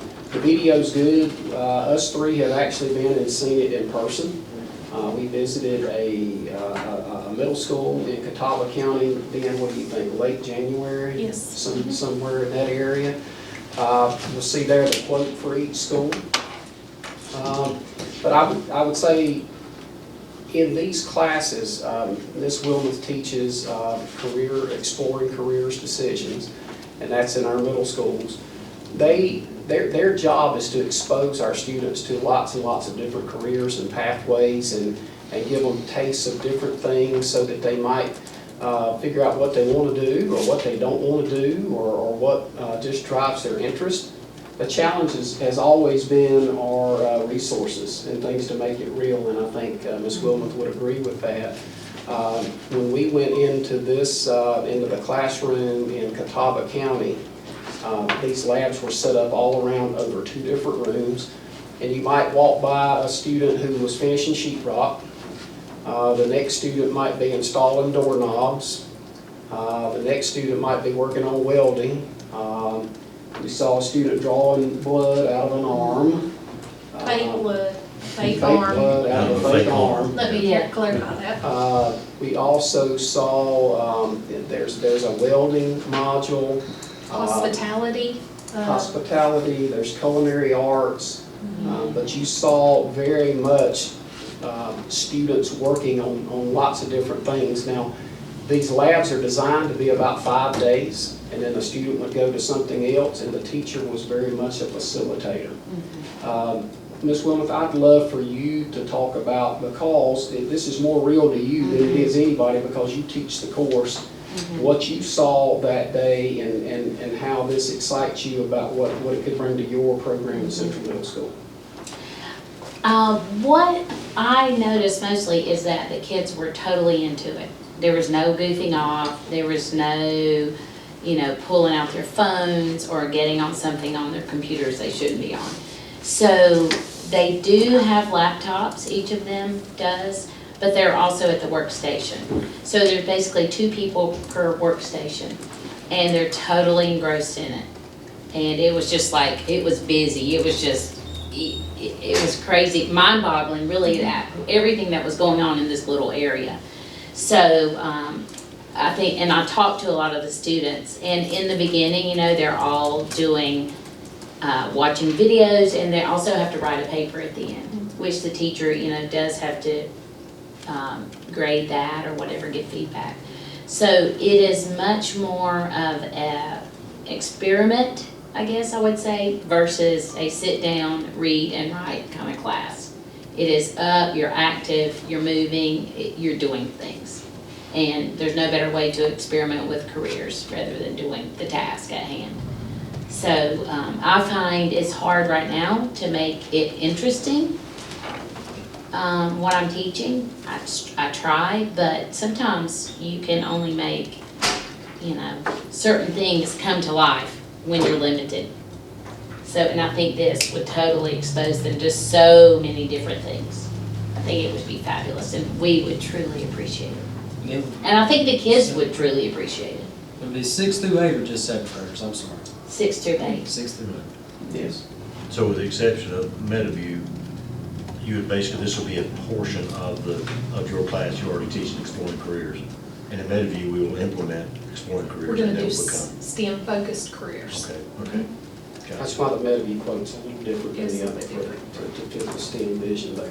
Okay, well, since the career development coordinators have already been going to the 6th grade to help to work with them, but it's really limited, how does that fold into what they're gonna be doing? Is it just enhanced, you know, if they come down, because they do the career interest inventories and all that fun stuff, so the students will have actually seen some of these careers before the CDC talks to them. Is that? Well, I think so, Mr. Badgett. I think the power in this, and when you see it in action, we actually had a parent, when we did some focus groups a couple of weeks ago for the comprehensive local needs assessment, and we had, the topic got to this, and we had a parent, I believe, from Pilot Mountain Middle School who said, "You mean that you're considering adding Paxton Patterson labs?" I don't know what her connection was, but she has seen them at Forbush Middle School in Yadkin County. But I think the power in this, and what we would like to do, is the real hands-on work. You could just really see it in the kids that day. And it, you know, the teacher wasn't trying to corral 24 kids into one lesson with a limited number of resources. The teacher was very much a facilitator. I think an overwhelming part for a teacher could be, well, how can I feel comfortable with all of this different technology and things that I may have never done in my life? Well, part of this quote is Paxton Patterson would host our teachers. I think they said they're actually doing it in Catawba County over the summer to train them into each module to where they do feel comfortable being able to implement it in the classroom. But the hands-on piece of it, I think, would take this program to a level that we've never been before. I'm a fan. You know I'm a fan. I told you the other day while we were there, I was talking to another employee and she was telling me about it, and then I watched the video and I'm just, man, I was pumped about it, sitting there watching it at Ag Day the other day. Do we have an idea of the ongoing cost to resupply? The rep, Beth Ann True Blood, she said you're looking at $1,000, $1,500 a school for consumables. Really? So once Per we get year? the labs in place, it's not a tremendous cost year after year to sustain it. Because that was a I concern thought of that ours was too. great, because that's the first question I asked while walking Pretty around. much. Well, I'm looking, you've got welding, you have to buy new welding supplies, and you're going to have to buy new piping. You fake blood? Fake blood. We can just take your, So is the cost of the initial teacher training in this? Yes. It's This is- in here. This is turnkey. If you'll look at, How much it cost us, or is ESSER funds gonna pay for this? Right here. So we're gonna use partial 014, 017. 69. Yeah, what is 1417?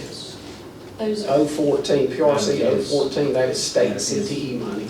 CTE money. PRC 017 is federal CTE money. Okay, and we already have that money. It's an allotment that we have to spend. Okay. So we need to spend. so the rest of that money, the 69,826 will come out of the ESSER funds, which is going away in It's either- September anyway. It'll either come out of that ESSER, or Neil and I also have another CTE, Career Accelerator. We're meeting Wednesday to decide which pot of ESSER, but overall, yes, it's ESSER. Just depends on which PRC under ESSER, Gotcha. 181 or 178.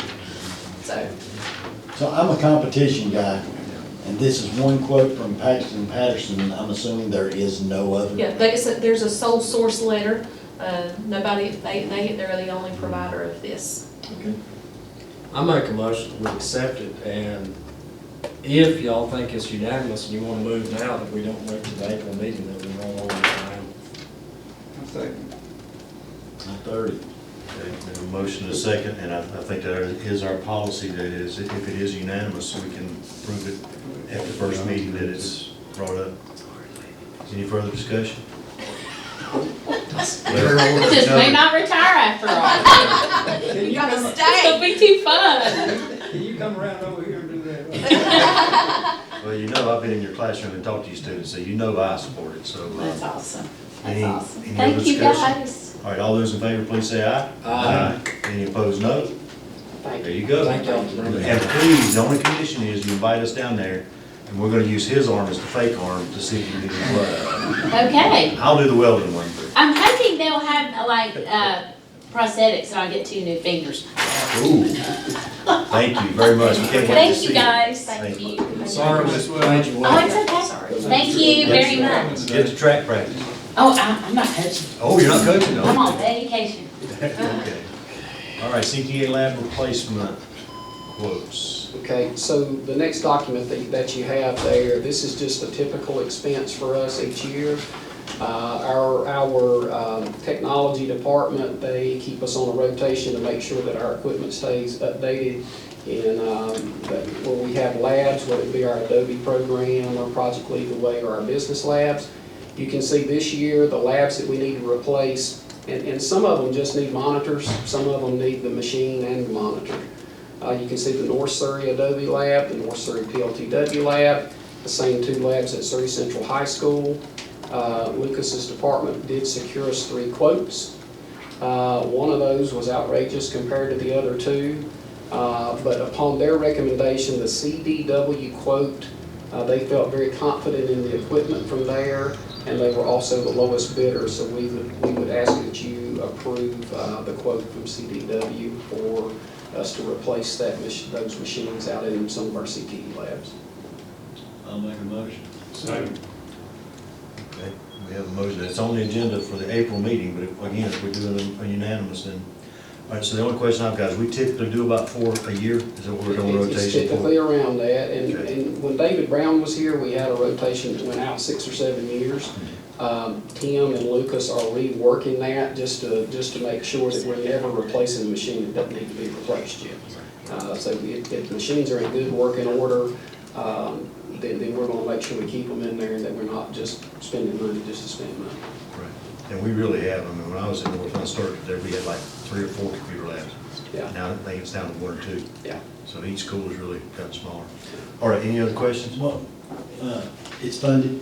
This is federal CTE money. Okay. Yep. Okay, so we have a motion and a second. Any further discussion? All those in favor, please say aye. Aye. Any opposed, no? Okay, there, you got it worked out. Thank you all. Yes, we're done. We don't have to, both of those, since it was unanimous under our policy, we Thank don't you have all. to bring back. Thank you, Neil. I believe Margaret's out there. Phonics materials purchase. So while Ms. Spicer's coming in, I'll go ahead and set the stage. You know that we have state 085 funds that are required for reading. We have to use that money for literacy. And you know that we have purchased Letterland. So we are full K-3. And so tonight, Ms. Spicer's going to talk about 4th and 5th grade because we can't leave them out. So for our 4th and 5th grade teachers, we did survey them to determine if they needed additional resources to teach the more complex phonics skills, because we're going to try to, make sure that our K-3 is really teaching those foundational skills.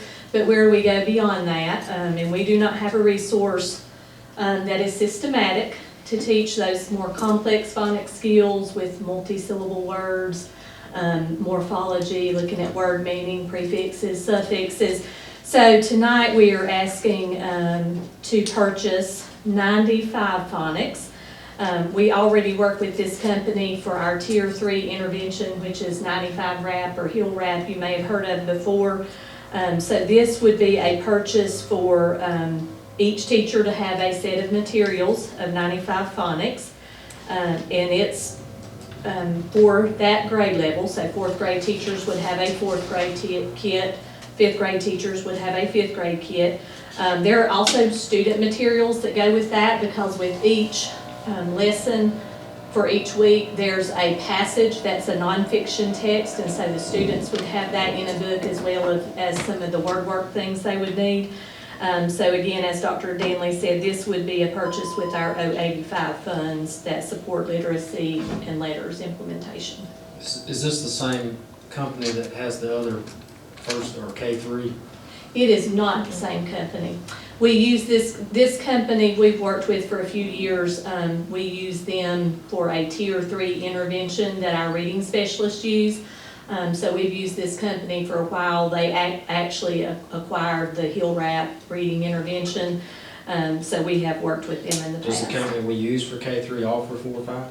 They do not. They do not. That is why we had to look for a different resource. And really, this is about the only company I could find that had a resource specific to phonics for 4th and 5th grade, because everybody else is just a textbook company that wants you to buy everything. And we didn't need to replace our comprehension materials at this time. We were just looking for the phonics and this portion of instruction that they needed. So what I found out, Mr. Bledsoe, and board members, there was a group, Lexia is the company that does the Letters training, LETRS. There was a group that wanted to design a product. So a group of educators and researchers left Lexia and created, because I went in to see who owned the company and how it all got started. And they are, it's perfectly aligned to the science of reading and what our teachers are learning, because they knew, really smart actually, that people were gonna need a product. And when I opened it, I was like, this is perfect, this is wonderful. I was down there doing my little weirding out because the curriculum was just so exactly right and what we had been learning and our teachers had been learning. And so I do feel it's a reputable company. It's research-based. We've looked through it very thoroughly. We had a team of teachers, 4th and 5th grade Every teachers. teacher that on the survey requested to review materials was invited to review, and six of them agreed to review, so. Well, that was my question, does it mesh with the K-3? And it sounds like it does. It Because you does. don't want students to have to learn new That's terminology. exactly, so we did and that was my first question to the team. I was like, okay, when they end 3rd grade and they go to 4th grade, are we good? And we felt very, very good. Are there ancillary costs going forward from this? There will be a workbook replacement cost, but we have state 085 that we get annually, and that's recurring in the budget, and so we'll use that, just like we did with Letterland. We'll have state funding to pay for that, For 4th and 5th. just 4th and 5th. And everything is digital. Is there gonna be printing? No, It's not digital. It is, the teachers have a manual that they use. Oh, the digital training. There's materials. the digital piece of that is actual slides that are already pre-made for the teachers to use during instruction, similar to the access they have to like the Letterland Phonics Online. This is just an access We're to. not gonna have $1 million print quote. that would be No, no, correct, no. sir.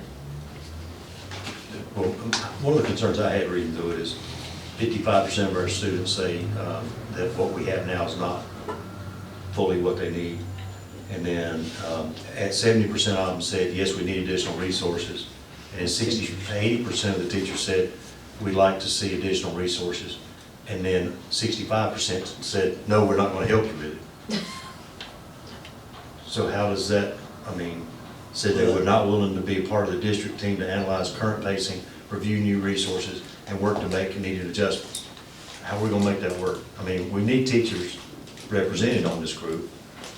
Yeah, especially being that 20 out of 49 responded to begin with. I'm wondering, in my mind, my question that pops up, do they want it?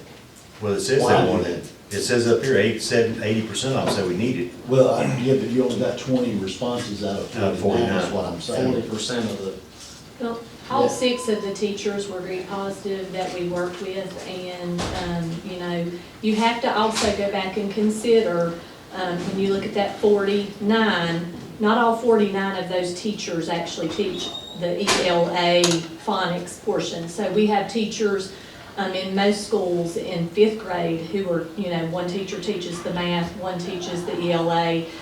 Same in 4th grade, not in every school, but in some schools. So that number would be decreased slightly for the number of teachers that actually teach ELA. how many teachers do you think there are 4th and 5th teaching that would use this?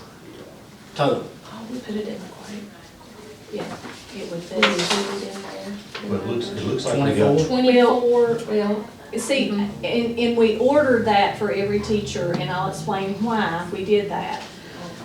This resource could also filter into their flexible guided reading groups. And every teacher in 4th and 5th grade teaches a small group in reading. That's just a non-negotiable across the grades. So this is something that could be used in a flex group as well. So, we have, for example, in Letterland, we have children who get a Letterland whole group session, and then sometimes we double dip them again in Letterland in a small group, because some of them don't grab that as quickly as others. So it gives every teacher the materials. So when they're working with a flex group, number one, they know what was taught in the core curriculum, and then they can supplement with that as well, because it is a fluency passage every week that can be continued in the flex group work. Yeah, I had the same question about the debt that Mr. Bassett raised. As far as the final question was, are you willing to work with the district team? What do you read into that, the way they answered that? Well, so curriculum writing is hard work. It's not easy. It typically takes place in the summer, and so I'm reading into that they want summer vacation. And they are happy, our teachers in elementary are compliant. They're used to using pacing guides. To my knowledge, none of them have an issue with using pacing guides, but they like it when somebody else provides that for them. And it's hard work. We pay teachers a stipend to do that work and come in during the summer for a reason. It's not easy. I think sometimes teachers are not as confident in their ability to pace out something like that as teachers. Some are more confident than others, put it that way. So, I've only been in this position, this summer will be my third actual kind of summer. We don't have a lot of takers in general when we're doing curriculum writing, because it's hard work. Some of our, one of my best math teachers I had as a principal at a school, I tried to talk her into, coming in and writing for me one summer, and she said, I just want my summer. So. Well, I think too, if you look out of the 12, if you count Surrey Online Mag, 12 elementary schools, 9 of the 12 responded. Mm-hmm. Somebody from that school responded. At least 5% at, but Surrey Online, Westfield, and White Plains, the rest were at least 10% came from this survey. So I think 75% of the schools responding is pretty good representation. So you don't take that as they don't want the program, it's just that, because I'm trying to figure out. I don't. I will say, they already have a built-in time slot in their day to teach word development, but they do not have updated resources. The teachers that looked at it, and that was 6 again, were very positive. The only concern one said was, we have 25 minutes for word development. I'm afraid this is going to take me longer. It's designed for 30 minutes, but, we did, as we talked about this, they'll have to learn it, just like our kindergarten teachers. The Letterland lessons, they had to get used to the flow of the lesson plan, and then they got better and they were more quickly able to deliver that instruction. So it'll take them some time to narrow it down to the 30 minutes, but it's important that they have it. We don't have a resource like this for our teachers to really help kids learn to dissect multi-syllable words. And it's hard for them to know systematically how to pull those words and use those words to teach children. These are pulled from a passage that's all nonfiction text. Many of the nonfiction text from the 5th grade matches their social studies curriculum. We reviewed every single passage to make sure that it was appropriate material for a 4th or 5th grade student. There are a few poems that are in there as well, but my curriculum coaches and myself went through every lesson and read every one of the passages. So I do believe it will be a very beneficial resource for our teachers. And they will receive training, of course. The only other question I have, if you look at Letterland, it looks to be very successful. Do you see this being as successful as Letterland is? I do, because it builds on. It builds on Letterland. At the beginning, it begins with a foundational review, so same skills they learned in K-3, it really quickly reviews those because they go home for summer. And there's some learning loss at times if they don't read. So it picks up with a quick foundational review, and then it jumps into those more accelerated words. And, you know, if you've ever looked at a sample EOG passage, our kids are encountered with many multi-syllable words that they have to learn how to break apart into pieces and then figure out the word meaning. This is going to help them be able to more fluently do that, because what we don't want is a kid stuck on a word on an EOG and, you know, and just struggling through reading text and not comprehending. They have to have these skills in order to comprehend text. I know in school visits, you know, such positive comments on Letterland and the use of that program. If this is compatible with that, and with your recommendations, I'd make a motion that we purchase. First for 4th and 5th grade with the training. And I'll second. Okay, we have a motion and a second to approve the purchase of the materials from 95% group to purchase the letters training for 4th and 5th grade, including the training and the sole source letter. Okay, is that good?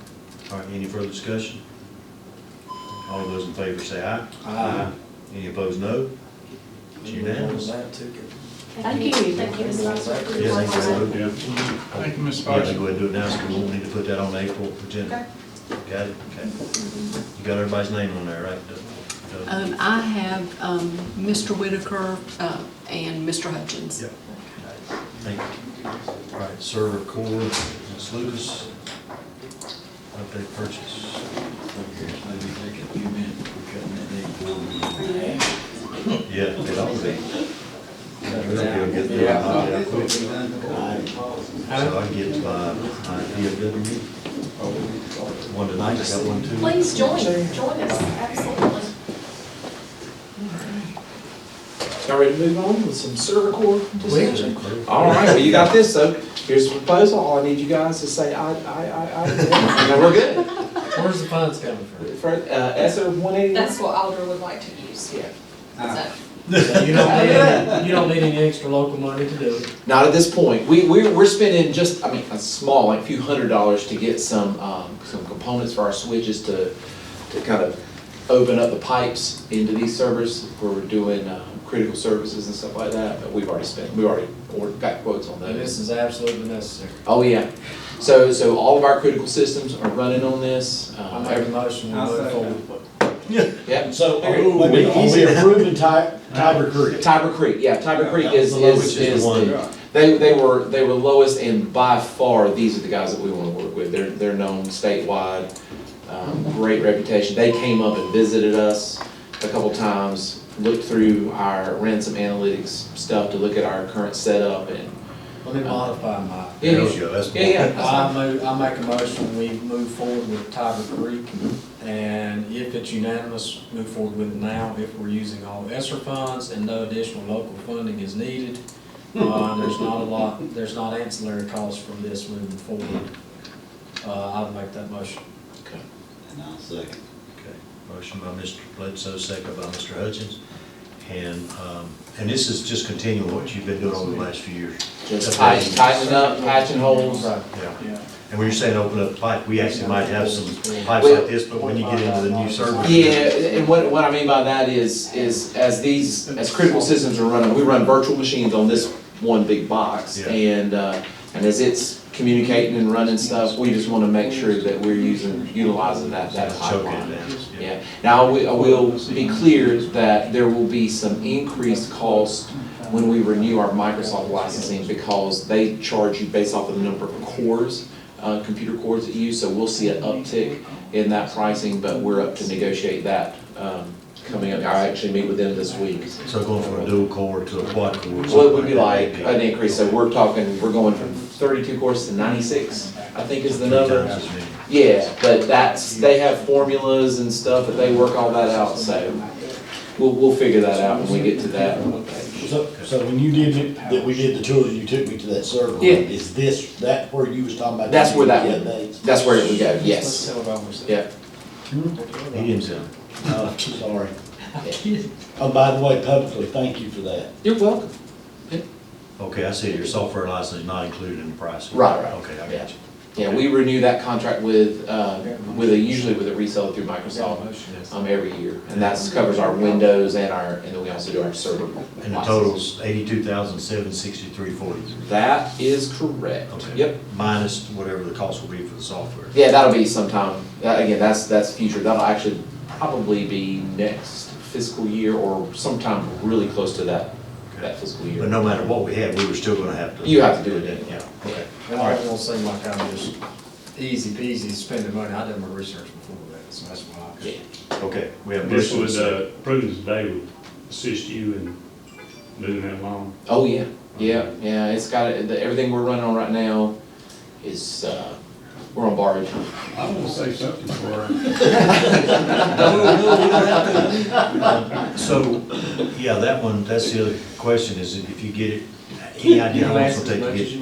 I don't know for sure. I mean, I'm sure we can get it in It's gonna the get next in couple line. months. Yeah, Okay, we can good. start moving forward with that. So we can get it done before the end of the school year? Yeah, Okay, hopefully. good. All right. It will probably, I'm sorry, to interrupt, the transition into this new platform will probably take place in the summer to mitigate the impact on our end users. So we don't want people being down and things like that. So that'll happen off hours and summertime primarily. Okay, all right. Okay, motion second, no further questions. All those in favor of approving the purchase with the motion made by Mr. Bledsoe, and Tony, you made the second? I did. Yeah, okay, make sure I got it. Okay. All those in favor, please say aye. Aye. Any opposed, no. It is unanimous, so it's approved. Thank you. We don't have to come Thank back you. the next I'll time. approve it tomorrow. All right. Good, thank you. Okay, if y'all are okay with this, Robert is here to talk to us about the East Surrey High School track and North Surrey school safety loop. So we can, y'all okay bumping that up in front of the political action policy, so we can get him in. All right, that'll work. Come on in. Back on track? We're still a little bit late, but we'll still need to do the political activity, but that's not an action anyway, right? We'll bring it up at the next We're meeting. gaining on it real quick. Yeah, we're picking up a lot here. Yeah, we're only about 15 minutes behind. All right, Mr. Drone. Come on up and see you, Robert. Also, board members, this agenda item is related to the East Surrey track. As you well know, we talked about the turf is going to begin the construction on April the 8th. And we have funding to do the turf, but not funding to do the track or the D zone. And I've shared photos with you to kind of help you understand what that D zone, where the D zone's at, where the jump pits are at. It's that section between the end zone and the concession stand. The end we were on the other day. The end, Okay. yes, sir, yes, sir. And when we received the original quote, we did take an alternate on that D zone area. So you have it in this attachment. And so I asked Robert to come in and really answer any questions you have and gauge your interest in potentially doing a change order to get that D zone area completed, really as a safety issue based on the different elevation changes. And I think you got a pretty good idea of what those could look like. But I thought Robert obviously is here to answer questions. I'm here to answer questions and see what your where you'd like for us to. If you need more information, we're certainly willing to gather that either now or before the April 8th meeting. Does that 123,000 include new long jump and pole vault equipment and everything? Yes, sir. Equipment as in what they, not the personal. It would just include the runway and the pit. The Right. sand pit. Yes. Yeah. The 123. And what about the big, when they pole vault, the big thing that they fall on to? No. That's part of the school's equipment. Okay, It would be like And that's true with all three okay. projects, I mean. And those funds coming from where? So you got a couple options. One, you could take it out of capital fund balance. And I think when Audra updated us just the other day, Yeah, we picked up. we had, I'll ask her just to get me an update. But I think you had 1.2, 1.3 million in capital fund balance. You could make a special, you could use lottery funds. I think, could we use lottery funds for that? We can. I think we can. You'd have to get the approval of the county commissioners. That's a, you approve it, then you make that request for them to approve it. But those would be your two funding sources, really, either capital fund balance or take it out of lottery funds. What's the approximate square footage of that? Do you have any idea at all? I don't have that information with me. If you, it's probably not located in that quote. I don't think so. The reason I'm asking is, could we bid it out for somebody local? Because you're just gonna pave all of it, right? Well, the biggest thing is getting the grade right and the concrete curbing that goes around and sets the, the perimeter of the track itself. Yeah. Getting all that done with Geo Services will allow us to, in the future, if we ever are able to raise the funds or whatever to replace the track itself, all of that will be set at the same grade and will be done with anything related to the inside of that concrete perimeter around the field. But It's just gonna make a lot cleaner, Right. site ready to move forward when that day comes with the track. But they would only do the curve in the D zone, right? They wouldn't do it the rest of the way. because- It would go completely That's right, they around. already are doing it the rest of the way with the That's field. correct. Okay. I think you'd also incur engineering costs. That's what they actually attach. Yeah. The Which we field wouldn't need to turf attach it to with asphalt. Okay. I'm confused with him. So it's more than 123? No, No, sir, that's included. Okay, The design, and you're saying if we bid it out, we would still have to have an engineer come in? yes, Oh, I got you. That's what we did. Is there a design bid? yes. So, I would, if we took it out of capital, I don't know that, I don't like the optics of taking it out of the lottery fund because it's an education fund. We can call it education, we don't ever spend it on education. Not that the D zone ain't an education, but, I'm just saying, I would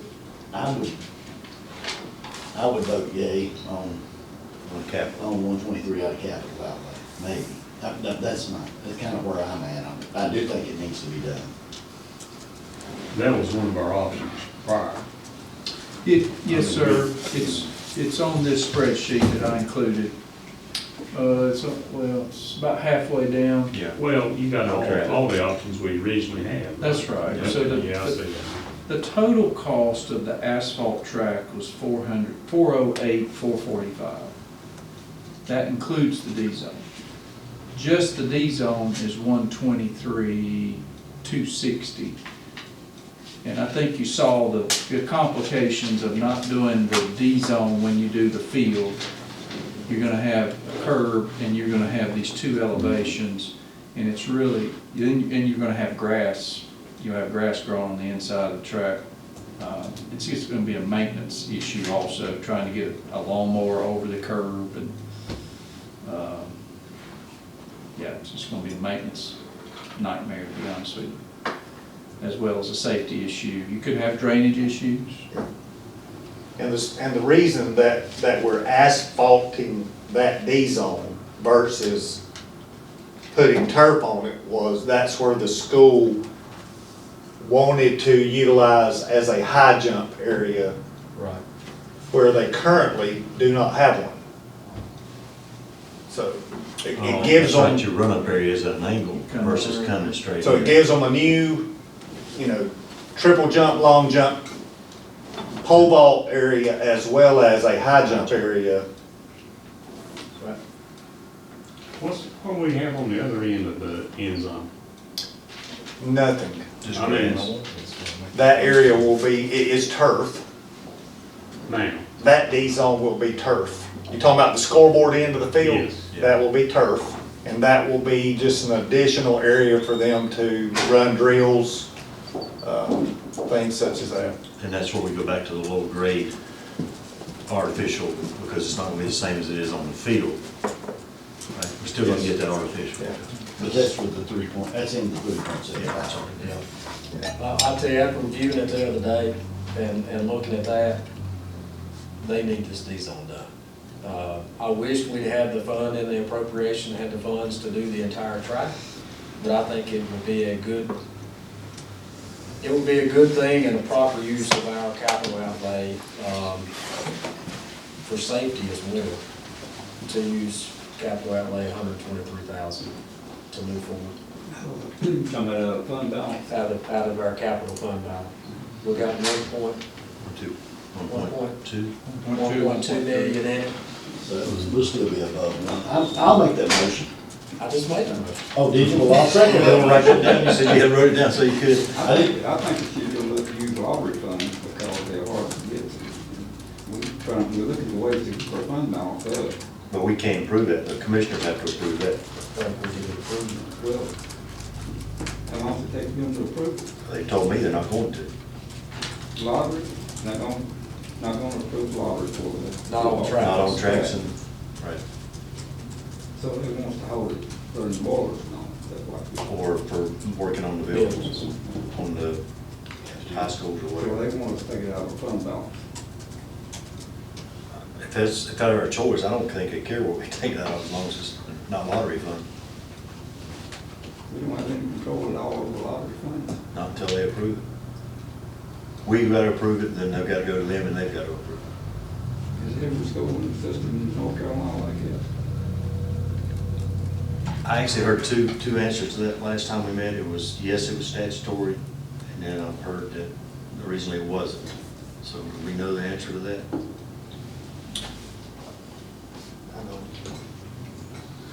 So, Mr. Goins, I'll answer the question this way. I think in Ashe County, we had, where I was superintendent, the lottery funds came directly to the school system and we did spend them. In Surrey County, those lottery funds go directly to the commissioners and they're used for debt service. And I think that was an agreement made several years ago by the Board of Education and county commissioners to use some of those funds for debt service. At one time, the money came to the Board of Education. And they agreed to, when they built some buildings, that let it go to them. That's when they did elementary schools. Yeah. I think that's correct. In Ashe County, we didn't get near the money Surrey gets, so we kind of hold it. And then when we need to put a new roof on a building, we would put a new roof, and that's what we did at Mountain View Elementary School when I was there. So it was about $700,000. So it took a while to accumulate those kind of funds to be able to do that. And with Surrey Central getting their work done, and then at North Surrey, we're also doing some other sidewalks and handicap things. I think it would be, I'm not saying it's equal, but I think it would be really good for East Surrey to have that D-zone paved. Does Mount Airy Oaks lottery funds go to the commissioners also? As far as I know. How far do you know? I know about Surrey County. I can't keep up with those other two. Well, I'm not trying to be big about it, just, Well, I guess the question, because this is, you brought it up several times, is that a done deal forever, or is there anything we can do about that? Is that something the commissioners now have control they of, or can't can we spend, take it they back? can't spend it on just anything they want to, can they? No. I think it's supposed to belong to the school, you know, it's aggravates me, but I think these gentlemen here can make a decision whether that money to go with these, if they can. Well, I think, to answer your question, that's something the board, you could request to meet with their finance committee. We don't have a finance committee anymore, but I know they do. So the chair and vice chair can meet with the finance committee and have that conversation.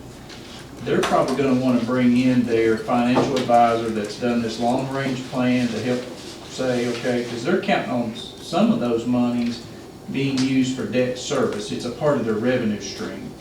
So whatever that revenue number is, that's the input, knowing how much the output is they can push out without raising taxes, property taxes, to be able to afford the renovation of the high schools, the cafeterias, the kitchens that we're talking about. So I think there's a formula they're using that's generated by revenue. Lottery is part of that. And they count the lottery in that. That's part of it. Sales tax is another part of that, as well as property tax as part of other things.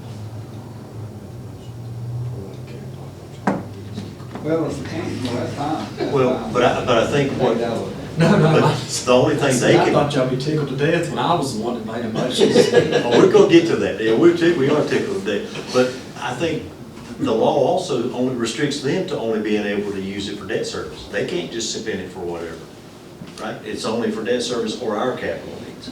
Well, Because they've used it before to do some projects or pay for projects out of our account. Yeah. So they can't just spend on anything else, it's still gotta be on the school.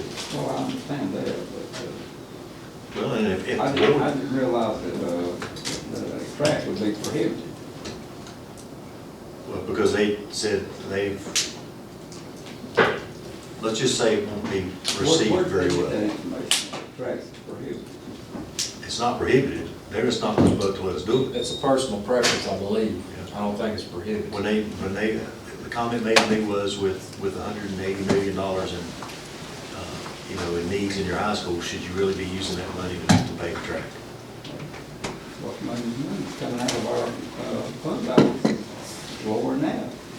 Well, our capital fund balance, not our general fund balance. So it's gotta come out of the Oh, capital. we got two different ones. Yeah, that's not in our 3.1 million Well, we have capital. R&R money too, but that could be used on the track, could it? Right, it cannot be used on, and it also has to be used on approved. that facility. R&R money's obligated. What about that extra For twenty-some safety. $20,000 that we had that we found out about the other day? That was sort We're of still gonna like figure out when we get there. Well, that's a follow-up that Audra and I need to. because if we could potentially get that puts it about 100. And then we've got 250 in contingency, so it may not actually cost us anything to do this D-zone in the end. You know, I'm, you know, If you want, obviously, we'll follow up on that 25,000. We'll look at that fund first. The capital fund balance is your pleasure, and that's the majority of the board, and then we can look at that fund second. And really, before we look at that fund, we'd look at, to see what contingency spent, because we do have 125 in contingency at that school. That's right. 125 there and 125 at North. We won't know that until the end. If we go through this process, Robert and I will do a change order with Geoservices to add this to the contract price. So those are all things that will be determined once the work is completed. And they start there, what, April what? 8th. The day of our next meeting. Can I amend my initial motion? Yeah. Yes. I would like to amend that motion to go ahead and take action now to let them, because that will be a part of the process of them starting work. So we could approve up to 123, Correct. 280 to come out of the fund balance of capital, but if we don't need it, we would take it out of the other source. Right. Okay. Are we talking about Contingency. talking about the R&R balance, are we? No, we're talking about just our contingency fund for capital needs.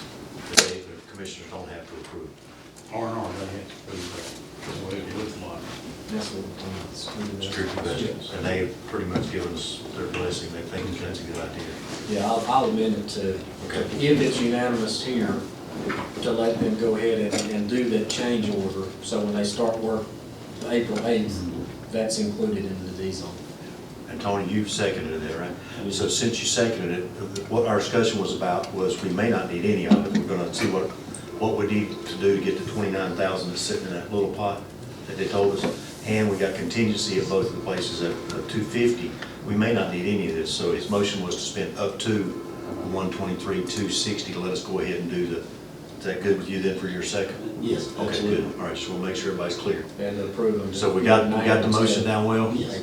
Okay, up to that amount, Mr. Bledsoe, Mr. Hutchins? Okay. And if we're unanimous, we can go ahead and push forward with it now. Okay. Any other discussion? I hope not. All right, all those in favor, please say aye. Aye. Any opposed, no? It's unanimous. So we can go ahead and push forward with that change order and hopefully find nothing under those two fields, so we can go ahead and just use the contingency. Got it. Perfect. See if they do a little cheaper cash. Thank you very much. Ooh, easy. Mr. Okay. Goins, I'm gonna do a little research. I'll have an answer for you. thanks, sir. Because if there's a way for us to get control back without, because if they're not giving us the approval to spend the money, more than likely, they're not gonna be real happy about giving us control back either. the other semester. But I do, Kind of like know what the agreement was and how it yeah. was, and was any timeline on it. I mean, one time they didn't have a lottery fund, before we ran out, they had. And that decision, that was made BC. And I've always. Before. I've always thought a lot of money over these years, so, Yeah. few bells and whistles. Yeah. So let's just be prepared. That's in here too long. Let's be prepared though, if that. That's if all we're- right, you talk ugly about me, don't bother. Yeah. No, I didn't talk ugly about I can't hear anyway. But we gotta be prepared though, if we do want to go to them and say we'd like to discuss that, okay, then you need to be paying some debt service, because you're getting all the money now, because they're counting on that money to help with debt service. So just be prepared for those things. I'm not saying they're gonna ask that, but we need to be thinking about it. Or maybe we let them take the debt service out and give us the rest of it, and we make the decision on how it's spent. There's some options there, I think. Because I do think we still have to pay we need to pay the interest out of some of those lottery funds, but that should be all we need, in my opinion. Okay, anything else? All right, road at North Surrey, want to talk to us about that one? Oh, yeah. Are they ready to start grading next week? No, so we've received the project specifications and the final draft of the new drive and parking area for our review and approval. So I got that today, as I delivered the erosion and sediment permits and the check for that to the lane group this morning, and they immediately electronically submitted that to the Division of Environmental Quality. And they also delivered the floodplain development permit, which will be sent to the County of Surrey for their issuance and approval, so. And it didn't sound like that was going to be any issue with Surrey, right, when we talked No, about sir. this? Okay. Typically, the erosion and sediment permit process takes about 30 days for them to review that and issue the permit. Mr. Heath did say that sometimes they will have a few questions for the engineer to respond to. He said if he got any questions from them, that he would immediately respond to those. So hopefully in 30 days, we would have those permits in hand. And at that point, we would be ready to go, to advertise for bid and hopefully take bid sometime early May. Because if they don't approve the erosion control You can't do anything. you can't bid it anyway. That's the first article that has to happen, that has to be put in place. Right. So Until they tell us what that's got to be, you can't bid it. Okay, I got it. So his recommendation was, not to bid it out until we had that permit in hand. But if he's got the design done, I mean, we're close to being able to bid it out Yes, as sir. soon as those permits come Yeah, back. I just had to have an opportunity to dive into it and really take a look at it and make sure everything is as we want it, but I'm sure it is, So so. you say maybe 1st of May? bid it out? Yes, yeah. Sure would be nice to be working on that. I think we could probably advertise it toward the end of this April. I think it has to be advertised for 10 days, so we could kind of look at the last of April, go ahead and do all of our advertising, and then accept bids sometime the 1st of May. Is there any way to advertise pre-bid stuff so that if any business is interested, you can go out and look at it, get a jump on this? Because it would be nice to get that done in the summer, or at least the majority ought to stay off that campus with that heavy equipment during school days. Well, we're probably looking at 90 days to complete this project. It's probably going to be through the summer anyway. So what Mr. Heath and I had talked about was addressing the areas that would impact school first. Behind the football field, down by the barn. And get all of that, make sure all of that is completed and done. And then if there's any remaining areas, it would be more down toward the baseball, softball, track area. Gotcha. So So even coming down the hill off of where the buses used to park. get all of that completed so that Okay. you don't have any interference with traffic. Good. The I like that. flow of school, drop off, pick up, and all that. And hopefully, the weather would cooperate and we could get it all done. Get it all done before. Right. um, So really, we should only, if that all works, we should only have equipment coming in and out at the lower entrance during the day. Okay. Okay, any questions then on that? Moving along, it's not as quick as anyone else would like, but at least it's moving now. Yeah. That's good. And I think we're getting very close to being ready, Yeah. to put it out there. And I'll have that conversation with the civil engineer to make sure, feel him out on how he feels about maybe, to go ahead and do some advertising of the project and maybe set up some pre-construction type meetings, toward the end of April. Yeah. So that all of that is taken care of. If they have any questions, we can address those questions in an addendum, and then we're ready to go to bid, so. Well, I've had at least 3 people come to me and say, you really need to get a company to do this. So I'll let you know who those 3 are, so you'll know, make sure we get them included on the request to come look at it. Yeah, well, this will be a formal bid, so it'll have to be advertised and.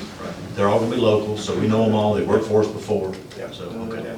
Yeah, I think we've got a lot of interest here in the county. Yeah, that's good, we want that. Yeah, I know 2 or 3 that's already contacted Probably me. the same 3 I'm thinking of. Yeah. Said what that whenever we do it, they want to know, so.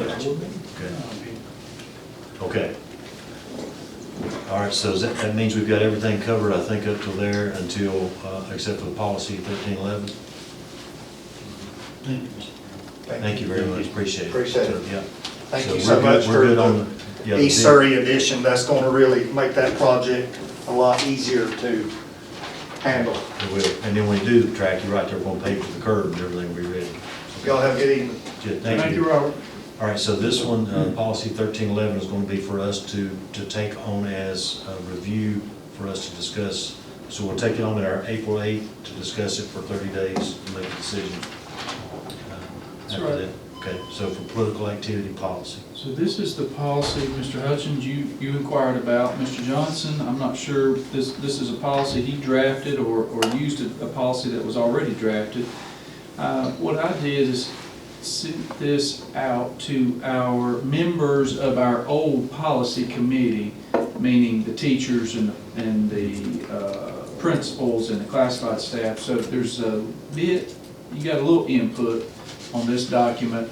And so the comments and concerns, those are the people on the policy committee, made up of, again, teachers, classified staff, and principals.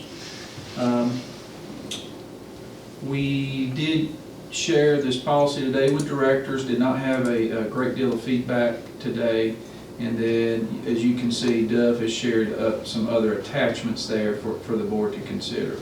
So that's the policy that, again, Mr. Hutchins referred to, and this is the first time we've shared it with you. I will put it on the April 8th board agenda to allow it 30 days, so we'd be looking at a May approval. That gives you plenty of time to look at it, make changes, make edits. Before the October or November election. Yeah. Now, I think the deal is that we got to remember that these are not recommendations by the policy committee, just individuals that were on the policy committee suggestions. Okay. Yeah, and this is kind of a trial run for us with policies, because we are going to need input from folks on policy. And so, again, that's why I sent it out to that group, that policy group. They were familiar with that form and how we typically solicit feedback and input, and so they gave us some. So I thought that was a good trial run. We're going to, policy season's getting ready to kick off here pretty soon, and we'll have a ton of policies. I'd like to sort of, when we start looking at several policies that we have to do, have them come to the work session, some of those that were on the policy committee before, so we can all ask them questions. I think this is good. I would like to strike the part, employees are directed to use good judgment and discretion when discussing political views and beliefs. I don't think we need to discuss any political beliefs on either side of the equation. And I like removing during school. Drop religion, too. No. So. That's a good start. The only thing that I see, I would like to, at some point or another, figure out how to address having people who who are running but not elected at that point to be able to do the walkthrough with us. And that was one of the things that I mentioned, because Otherwise, they don't get to see anything that goes on until the day they're elected. Does that make any sense at all? I think, I don't know that we need to make do not think we need to make a policy. What I would like to see is just, we're going to have a combined walkthrough with everybody. That way, there's no favoritism showed to anyone. Because we are, when it comes to the next election season, I'm gonna be in the school. They're gonna see my face, they're gonna know, you know. But when it comes to a new candidate, they're not gonna know them, or may not know them. Yeah, you'll have official duties and Well, that, responsibilities. and I agree with that. But when you separate that from your official responsibilities, then I think the policy state that if the candidate wanted to come and introduce themselves, that we would provide sort of like a forum structure where other candidates would be invited, and that had to be set up 2 weeks prior. everyone had to be. So everybody had the same opportunity to come. Right, exactly. So I think that's a pretty fair way of doing it. And I'm all right with it. If somebody that's gonna run for office wants to go and visit the school as a citizen, set up an appointment or just to go introduce yourselves, I'm okay with that, but I don't think anybody should be able to say, hey, I'm running for school board, I want you to vote for me, or hand out literature, do any type of campaign. I think if they wanna visit as a tax-paying citizen, that's one thing, but not campaign. Right. Making a school visit with the board. Well, it's, you might be construed as showing favoritism. Well, I'm talking about if every candidate is welcome to Get to go. then if every candidate, there's no favoritism there. We are having a walkthrough and we're showing our school to all the candidates just in case. All of them, right, but not one at a time. No, not Yeah. one, I'm talking about as a group. Yeah. Anybody who's filed. And the opportunity. Yeah, if they filed and did the paperwork, I'm thinking they're serious about it. It's, you know. And I think too, if a citizen shows up and wants to walk around any school, they should be able to, but not stop in every room and say, my name is Dale Bassett, I'm running for school board. That's campaign. And they should make an appointment Yes, always. with the principal, or if you're going by there, meet the principal, introduce, here's my name, I would like to schedule a future appointment to, you know, Right. walk through with you, ask some questions, but no, not, I think the first time you say, hey, I'm such and such, I'm running for school board, Yep. you'll be kicked out. So No that campaign. section 4 is pretty specific and outlines visitation by candidates for public political office or their supporters for the purpose of solicitation, the promulgation of partisan issues, or to make political contacts shall not be permitted during the school day or after school while school activities are in progress. We have had issues with ball games and people passing out stuff. Unless the candidates of all parties for the same office and offices are invited by the school and the extension of such invitations approved by the principal, and then the invitation must be extended 2 weeks in advance to give all parties prior notice so that they could all attend. I think it'd be good to set up a candidate forum for a school and let the student council run it or ask the questions and let the students be involved. But I just don't want to do anything that's going to put our staff in a position where they feel like they have to say, uh-oh, this one walked into a room and said vote for it, or, you know what I mean? Yeah. And at the same time, I wouldn't expect any of us as we go on our official tours to say, remember me in November. That's not our job. What? You saw, didn't see me do that. I know that. But that's the same, the rules should apply to us, the people who are already elected, because we're officially a candidate. But you know, that does bring up, if someone wants to run and before they actually file to run, as a citizen wanting to go to the school, they've got every right. They just follow the school's policy, our policy on visitation. They make an appointment. Which really they ought to do anyway. They ought to when do they anyway. decide if they want to run for the school board. Yeah, you would think that'd be a great idea.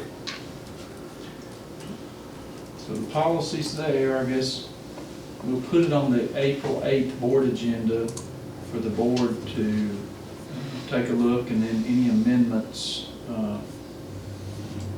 you'd like to make, we can certainly begin working on that. And like we've done on all the rest, right, that 30-day review policy is not only for us, but the public. Sure. If they'd like to take a look at it and make any recommendations on changes, they can. Do we know if this is a policy that's being used by another school system?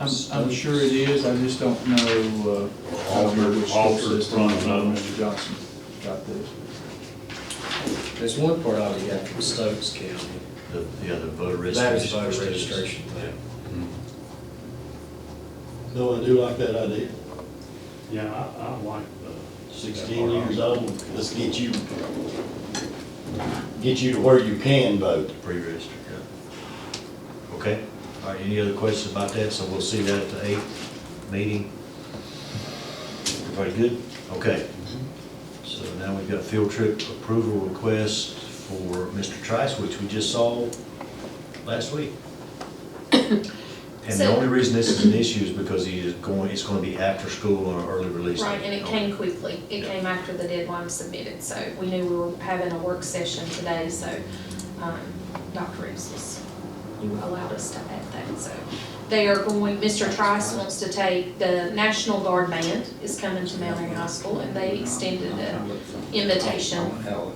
So, and students do get out at 1 o'clock, but they'll be back by 3, and we'll have pickup arranged. And I'm listening to that, Brandon. I think they're a good idea. Motion to approve by Mr. Whitaker, second by Mr. Hutchins, to allow this field trip for Mr. Trice's East Surrey band to go to the National Guard Band show at Mount Airy High School. Any further discussion? All those in favor, aye? Aye. Any opposed, no? Good.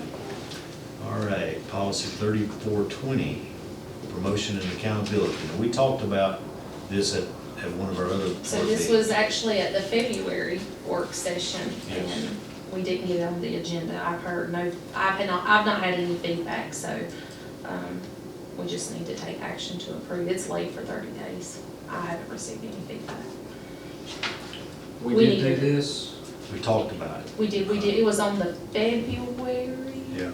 work session, Leave you were- February. Because the issues were what criteria are they used for promotion? We just wouldn't need to formalize it, right? Wasn't that the issue?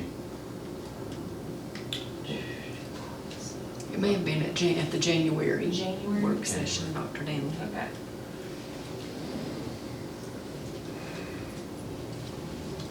I know we've talked about it, so. 3420. Yes, sir. That was in January. Yeah, January, so it's been out there for a while. Do we?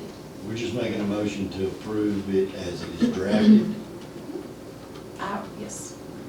And we just looked at other districts' policies and made those. I could do whatever you need to do with it or whatever you recommend. I just, with Parent Bill of Rights in the Parent Guide to Student Achievement, I just felt like we needed to be a little more specific with our promotion guidelines. So do we not have one at all, or we have one? We have today? one, but it doesn't outline the promotion. Gotcha. It just says per superintendent will have internal, I think we need to be, open it up, write it out. So what's the final call? A principal at the end of the day. A principal at the But end. this would help, when I did talk to Kelly Waters about it, and, because she's on policy committee, talking elementary, she's had experience in middle school. It just helps to have it written out at the end of the day, can help. And it outlines it for each level. It does. Yeah, for K3. But at the end of the day, you're correct. It's And I like a team approach, you know me. I like, you So- gotta ask the principals, teachers. Do you all have any data of how many kids at the end of 22-23 were not promoted on to the next grade? I can get that, but we do have some retention. So we have a internal retention process that we work through because there are guidelines for that. We use a Likert scale and look at that. And then also within Read to Achieve, there are requirements, parent notification, things like that. So anytime you are going to retain a student, we follow that at-risk policy that we have in place. and it's multiple conferences. You want to make sure parents are identified middle of the year that their child is at risk via written letter. I like a letter and a conference because you don't want a surprise. Nobody likes surprises. So it's a very small number. I'm not a proponent of retention because retention does increase high school dropout rate. Well, but if they graduate high school, they don't know the curriculum, but not if they Yeah. graduate. Well, What I'm afraid of is moving a child that's not proficient in grade 3 on to grade 4, then they get behind on grade 4, and then time they get to 8, they can't count 13 increments. So how do you, I mean, what is that balance of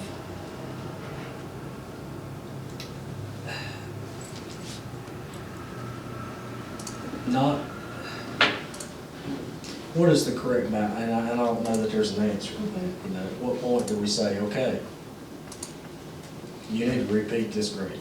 so I think besides what's stated there, I think we have to trust the teachers and the principal at the end of the day. We have a multi-tiered system of support for student framework. We have interventions. And I think at the end of the day, we have to trust our teachers and our principals. We give them the guidelines, and they're the ones meeting with the parents and working every day with the students. The state law says the principal grades and classifies students. Right. So for example, if we get a student that comes to us from another country, and they come, it's up to that principal, one, you're gonna look at their transcripts, understand what grade, what have they already had, what education have they had to determine what grades this kid go into. Right. Maybe they're 12 years old. The parents want them in this grade. Their transcripts say they need to be this grade. Well, that never comes to us because in state law, the principal grades and classifies. Right. Just like on the high school side of things, kids come to us from all over the world and may have this class, and this class. So principals have to make a lot of those decisions along with counselors. This promotion policy really probably puts more, it's much more defined on those promotion standards.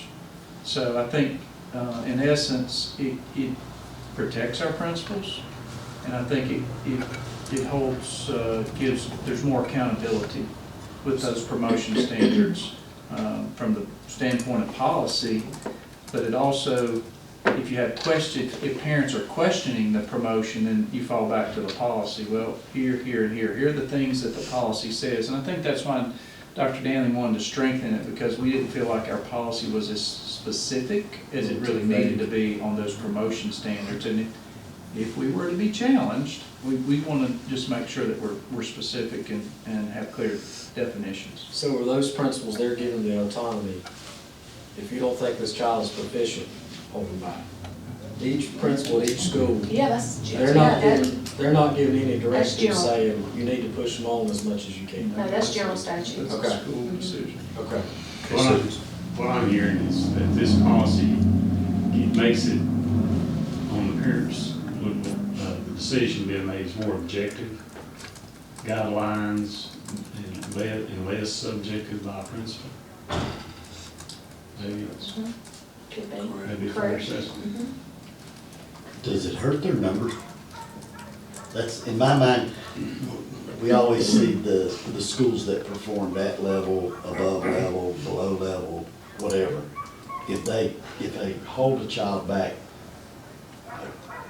does it hurt that, their efficiency rating or whatever, or that tea's? Their growth or proficiency. Yeah, growth, exactly. That was the word I was looking for, and I couldn't get it out. No, it's more of a test score. Get a restart, get another chance. I can tell you, I don't think that's ever a part of the equation or the decision part.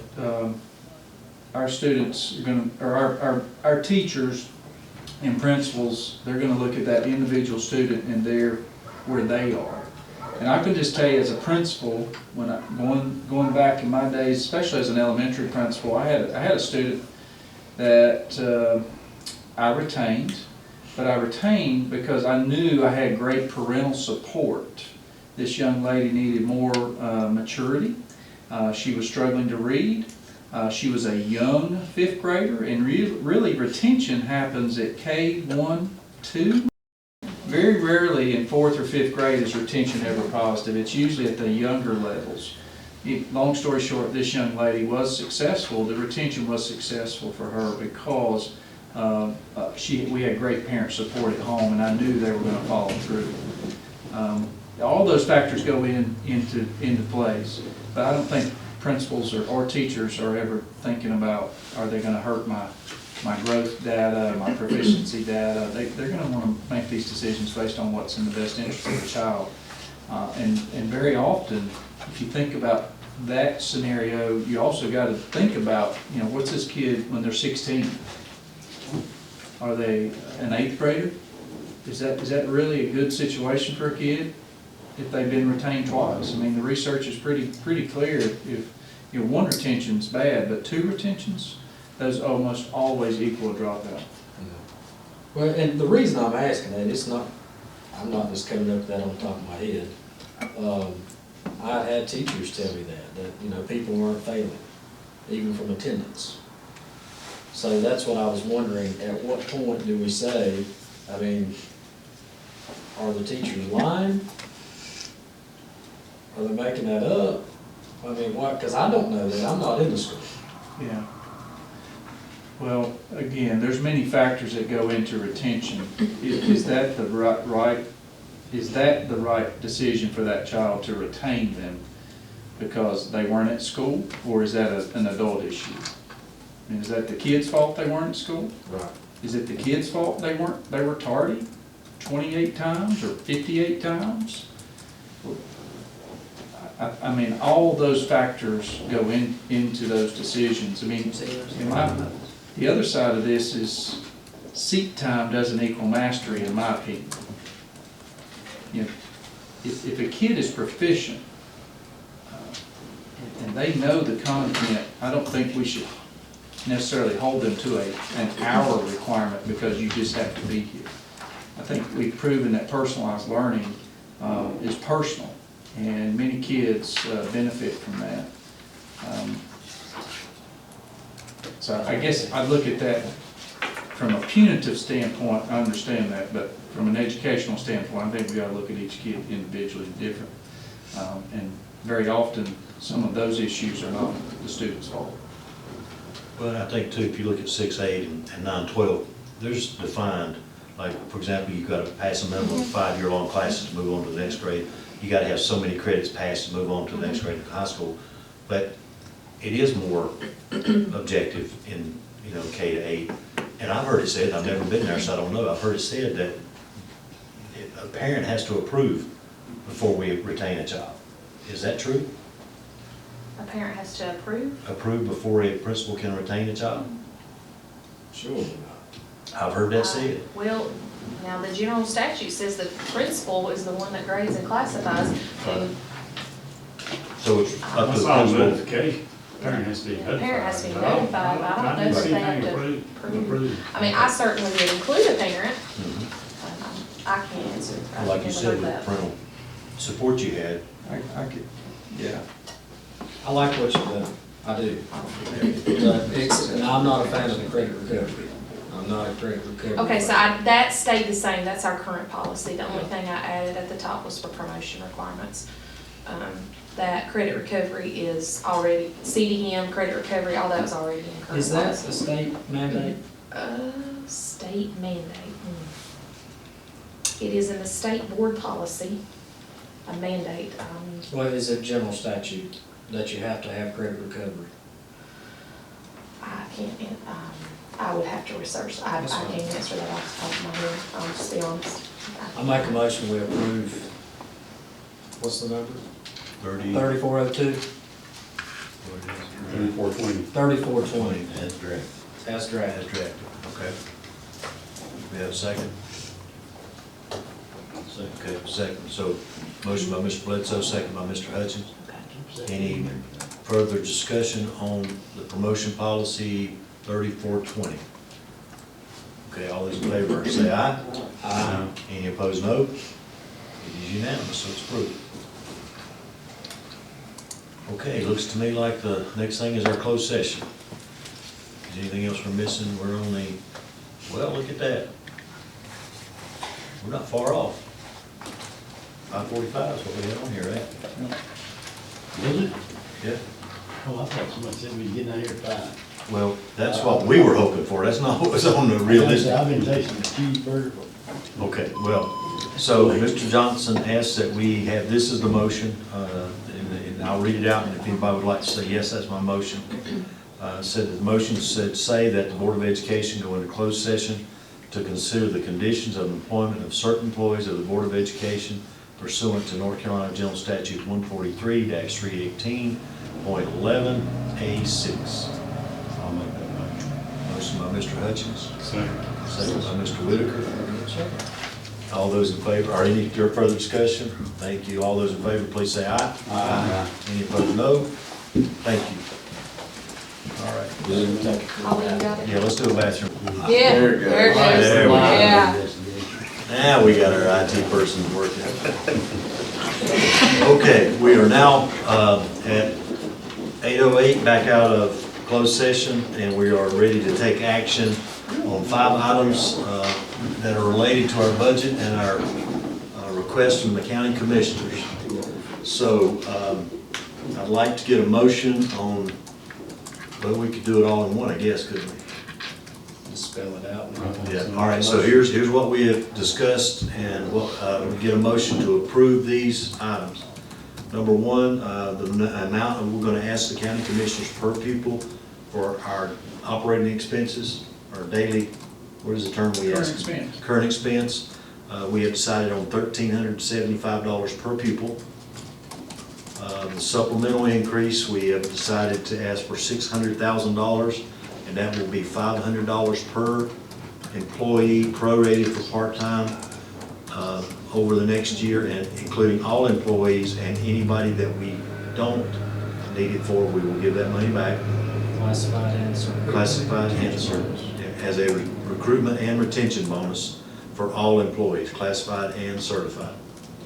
We will support the amount needed by Surrey Yadkin Works from their executive committee, which will be meeting later this week, and that money not be taken out of the Surrey County Schools request.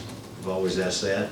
We will ask the county commissioners to provide 4 additional school resource officers for our 4 elementary schools that we do not currently have. And we will ask the county commissioners to fund the design fees for an architect to design our overall master plan for our 3 high schools and phase 1 of the design for projects for those 3 high schools. So can we get a motion to approve those 5 items for budget? Motion, Mr. Chairman. Motion by Mr. Bledsoe. Second. Second by Mr. Whitaker. Any further discussion on those 5? Do you have all those down okay, Dove? I know you've got it on the recording if you need it. I do. Okay, everybody clear on those? All right, all those in favor of those 5 recommendations or those 5 items, please say aye. Aye. Any opposed, no? Thank you. It carries. I got a question about Yes, that sir. per pupil funding, like the $115 or whatever, what would you want that? We So- won't do that. This year, Mr. Goins. Oh, is that, well, they got that extra, we don't have to do that, Yes. right? Yes, sir. But I think it's also important that we do, you mentioned it earlier, I think that Chris was a little misunderstood a little bit, that we're only getting $295,000 extra. He felt like he thought it was more than that by going to this new approach, prorating that $3 million out to each of the 3 systems. So I think it's important we let them know that when we talk to them, because every commissioner I've talked to has said, y'all will make out really good on this. Well, it's not really that much more, so anyway, I think it's important we let them know that. All right, any other business? Anything else we need to do? Yes, sir. All right, I need to get a motion to adjourn. Is that gonna be Mr. Goins? Motion adjourned. Motion, do we have a second? And I'll second that. All right, Mr. Goins and Mr. Hutchins. Any further discussion? All those in favor, please say aye. Aye. Any opposed, no? Thank you. We are adjourned. In the VFW, we gotta hit it twice. That means something's been voted on. I heard